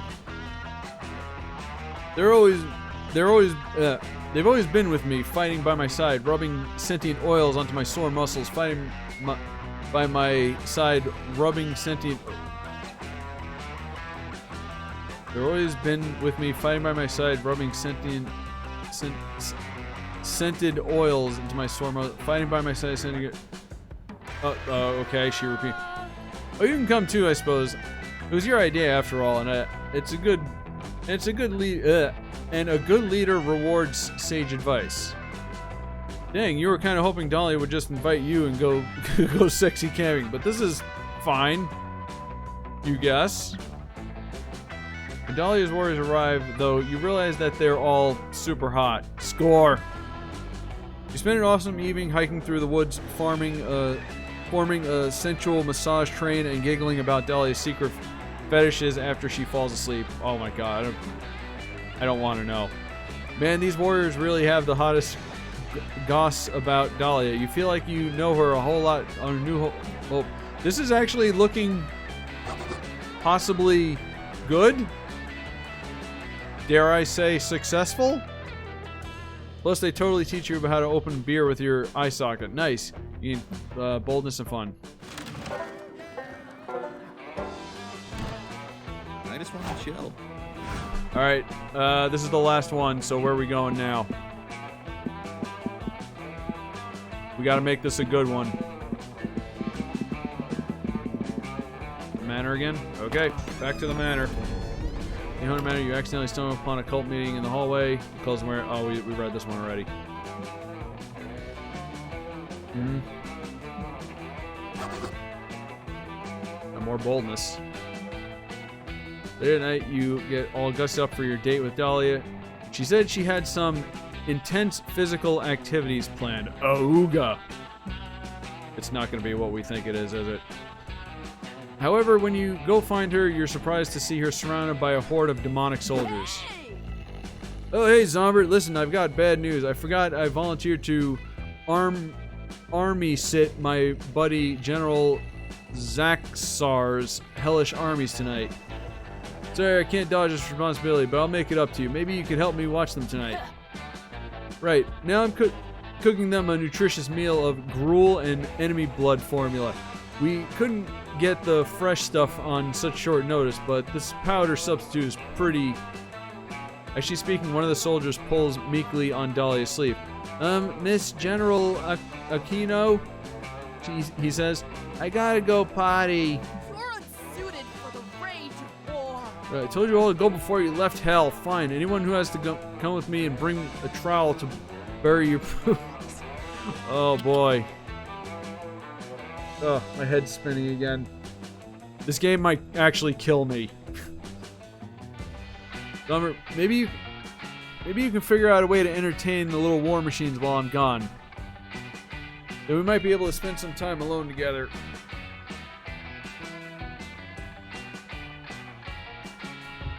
Ugh. Every day this universe tests your patience. Well, whatever. If it means alone time with Dahlia, you can find a way to distract the giant evil darlings for an hour. Which sort of activity should you give the demonic soldiers to do? And Dahlia can make love, not war. So you and Dahlia. Put some soothing war propaganda on the TV to entertain and distract them. Keep them busy by giving them an assignment, a personal essay about their experiences with city pillaging. I feel like this is the one where we could either make it happen or fuck it up, like in the last game. God damn it.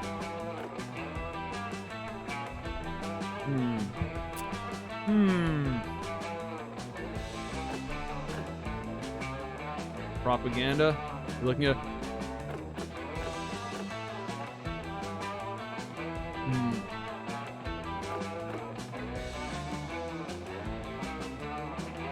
I don't know. It always felt like when you make the decision in the last one, like it always just like goes like spin, like you'd think you'd pick the right one, and then it just spirals into nonsense.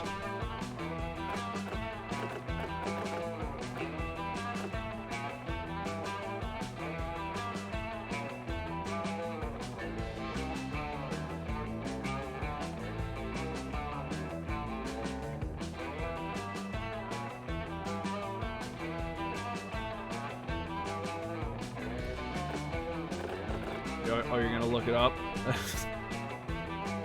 I mean, even if we make the right choice, there's no guarantee she's gonna say yes anyway. Because this game hates me, apparently.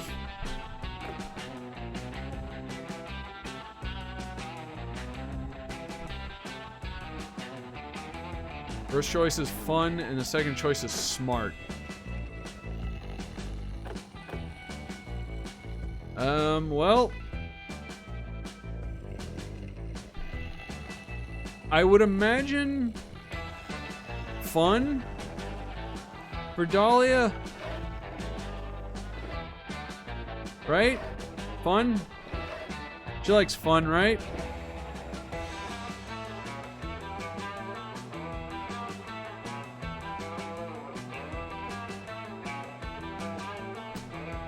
Should we just pick the first one?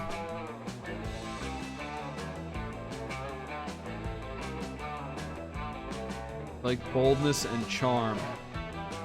Well, I have a lot of boldness.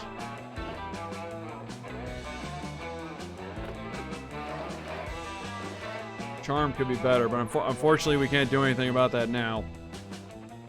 Alright, let's pick the first choice. You run your idea past Dahlia and when she returns.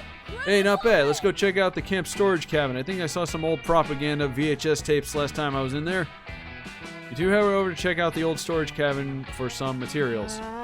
Okay, let's see. We've got Pillaging Treasure Planet, Oliver and the Company Coal Mine, The Little Mermaid Buys a Third Liberty Loan. Here's a classic. The Pinocchio... The Pinocchio... okay, I get it. Beheads the Aristocats. I watched this so many times as a kid. Well, that explains a lot about Dahlia's outlook on the levees, at least. You bring a couple of VHS tapes and shepherd the army men into the camp auditorium. There you make them cozy with some blankets and a clockwork orange. I speculate to ensure the maximum fun while absorbing the propaganda film. Everyone loves it. They sing along with their favorite propaganda songs and giggle and Pinocchio. passionate speech against the bibbity bobbity. Oh my brain is like leaking out of my ear. Holy shit! I feel like probably actually how Zombert feels normally. Good work, Zombert. This should keep them occupied long enough for us to have a little bit of alone time. Fuck yeah, you two sneak off to get physical together using the workout regimen that Dahlia specifically designed for you. Oh, okay, we're just working out. Fine. Well, it's not exactly what you were expecting, but it was a very sweet and gesture and intimate in its own way. You also gain +2. Okay, alright. Okay. We got boldness and we got charm.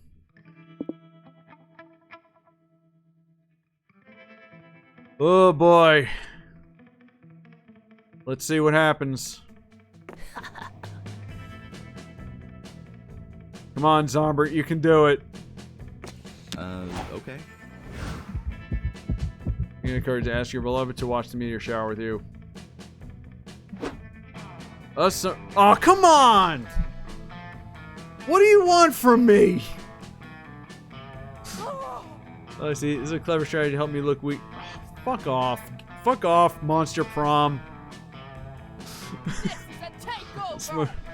Well, someone makes rash, stupid choices of war. How much points do you need? Like, gee, like we're at 15 and 10. Like, what more do you want from me? God. Okay. Zombert rejected again. After years of living in the wild, slightly insane from loneliness, you capture a deer and seduce her to be your bride. Your dear wife lives with you, and you two make it work for some time, but she grows tired of you eventually. Something about you crying every night about how you got rejected. Fuck off. Okay, we got divorced. Not only rejected, but divorced. I need to be over 15 points. Oh, God.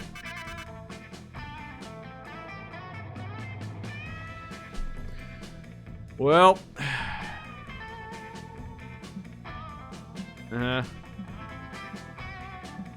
Yeah, we heard it already. Well, unfortunately, Zombert once again does not get laid in this reality.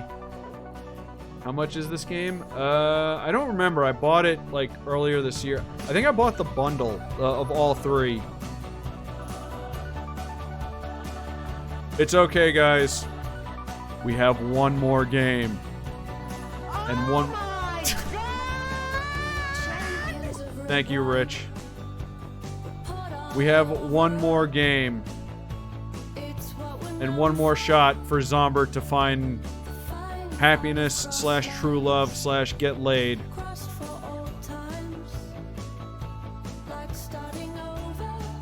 Alright, well, we saw the credits.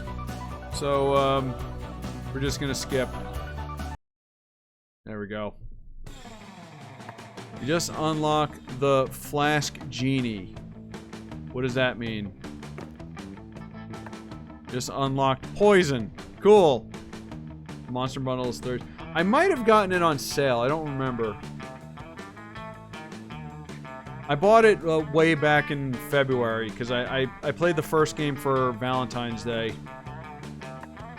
Like the stats smoothie. I guess these are all just other drinks you can get. Oh, you can customize a game? What does this look like? Drugs allowed toilet. Oh. Okay. Too graphic. Horrible people. Damien B costume. What do you mean Damien B costume? Super sexy or I don't even know what that is. Default outfits. Winter. Extra character. Oh, there's extra characters. Huh. Okay. Gallery? What did we unlock in the gallery? Oh, cool. We get to watch Damien and Dahlia reject Zombert again. Very nice. Awesome. Good game. Here's all the characters. Let's see if we, okay, I guess you gotta meet the character before you unlock them. My god, there's a lot of characters. Wait, who is that? Who's this? I don't remember you. Tubular Eddie? Oh, I wanted to... Why didn't we meet Tubular Eddie? He seems awesome.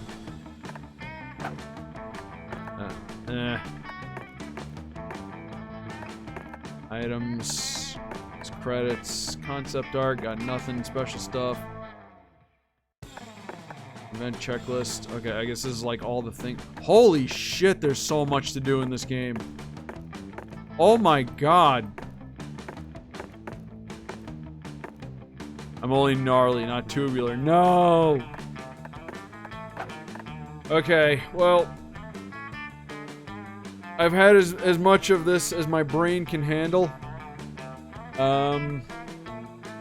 Let's see, nobody's streaming right now, so I think we're gonna stop here. And I'm gonna go get some rest because my head is spinning from reading all that dialogue. Again, this game is weirdly, like, exhausting. So when I return, we will play the third game and round off the trilogy and give Zombert his last shot at happiness. And, hopefully we achieve that. I think we're gonna stick with, yeah, I think we're gonna stick with, like, the short games from now on because the long game is too long. Alright, well, anyway, thanks for joining me for spooky season's beginning. Please give me a follow if you haven't done so already. Go to Rob the Casual Gamer, where I upload all my streams. Make sure you like, comment, and subscribe because it helps. Because my words can't come out. Like, comment, and subscribe because it helps the channel. Thanks for being here, and I will see you guys later.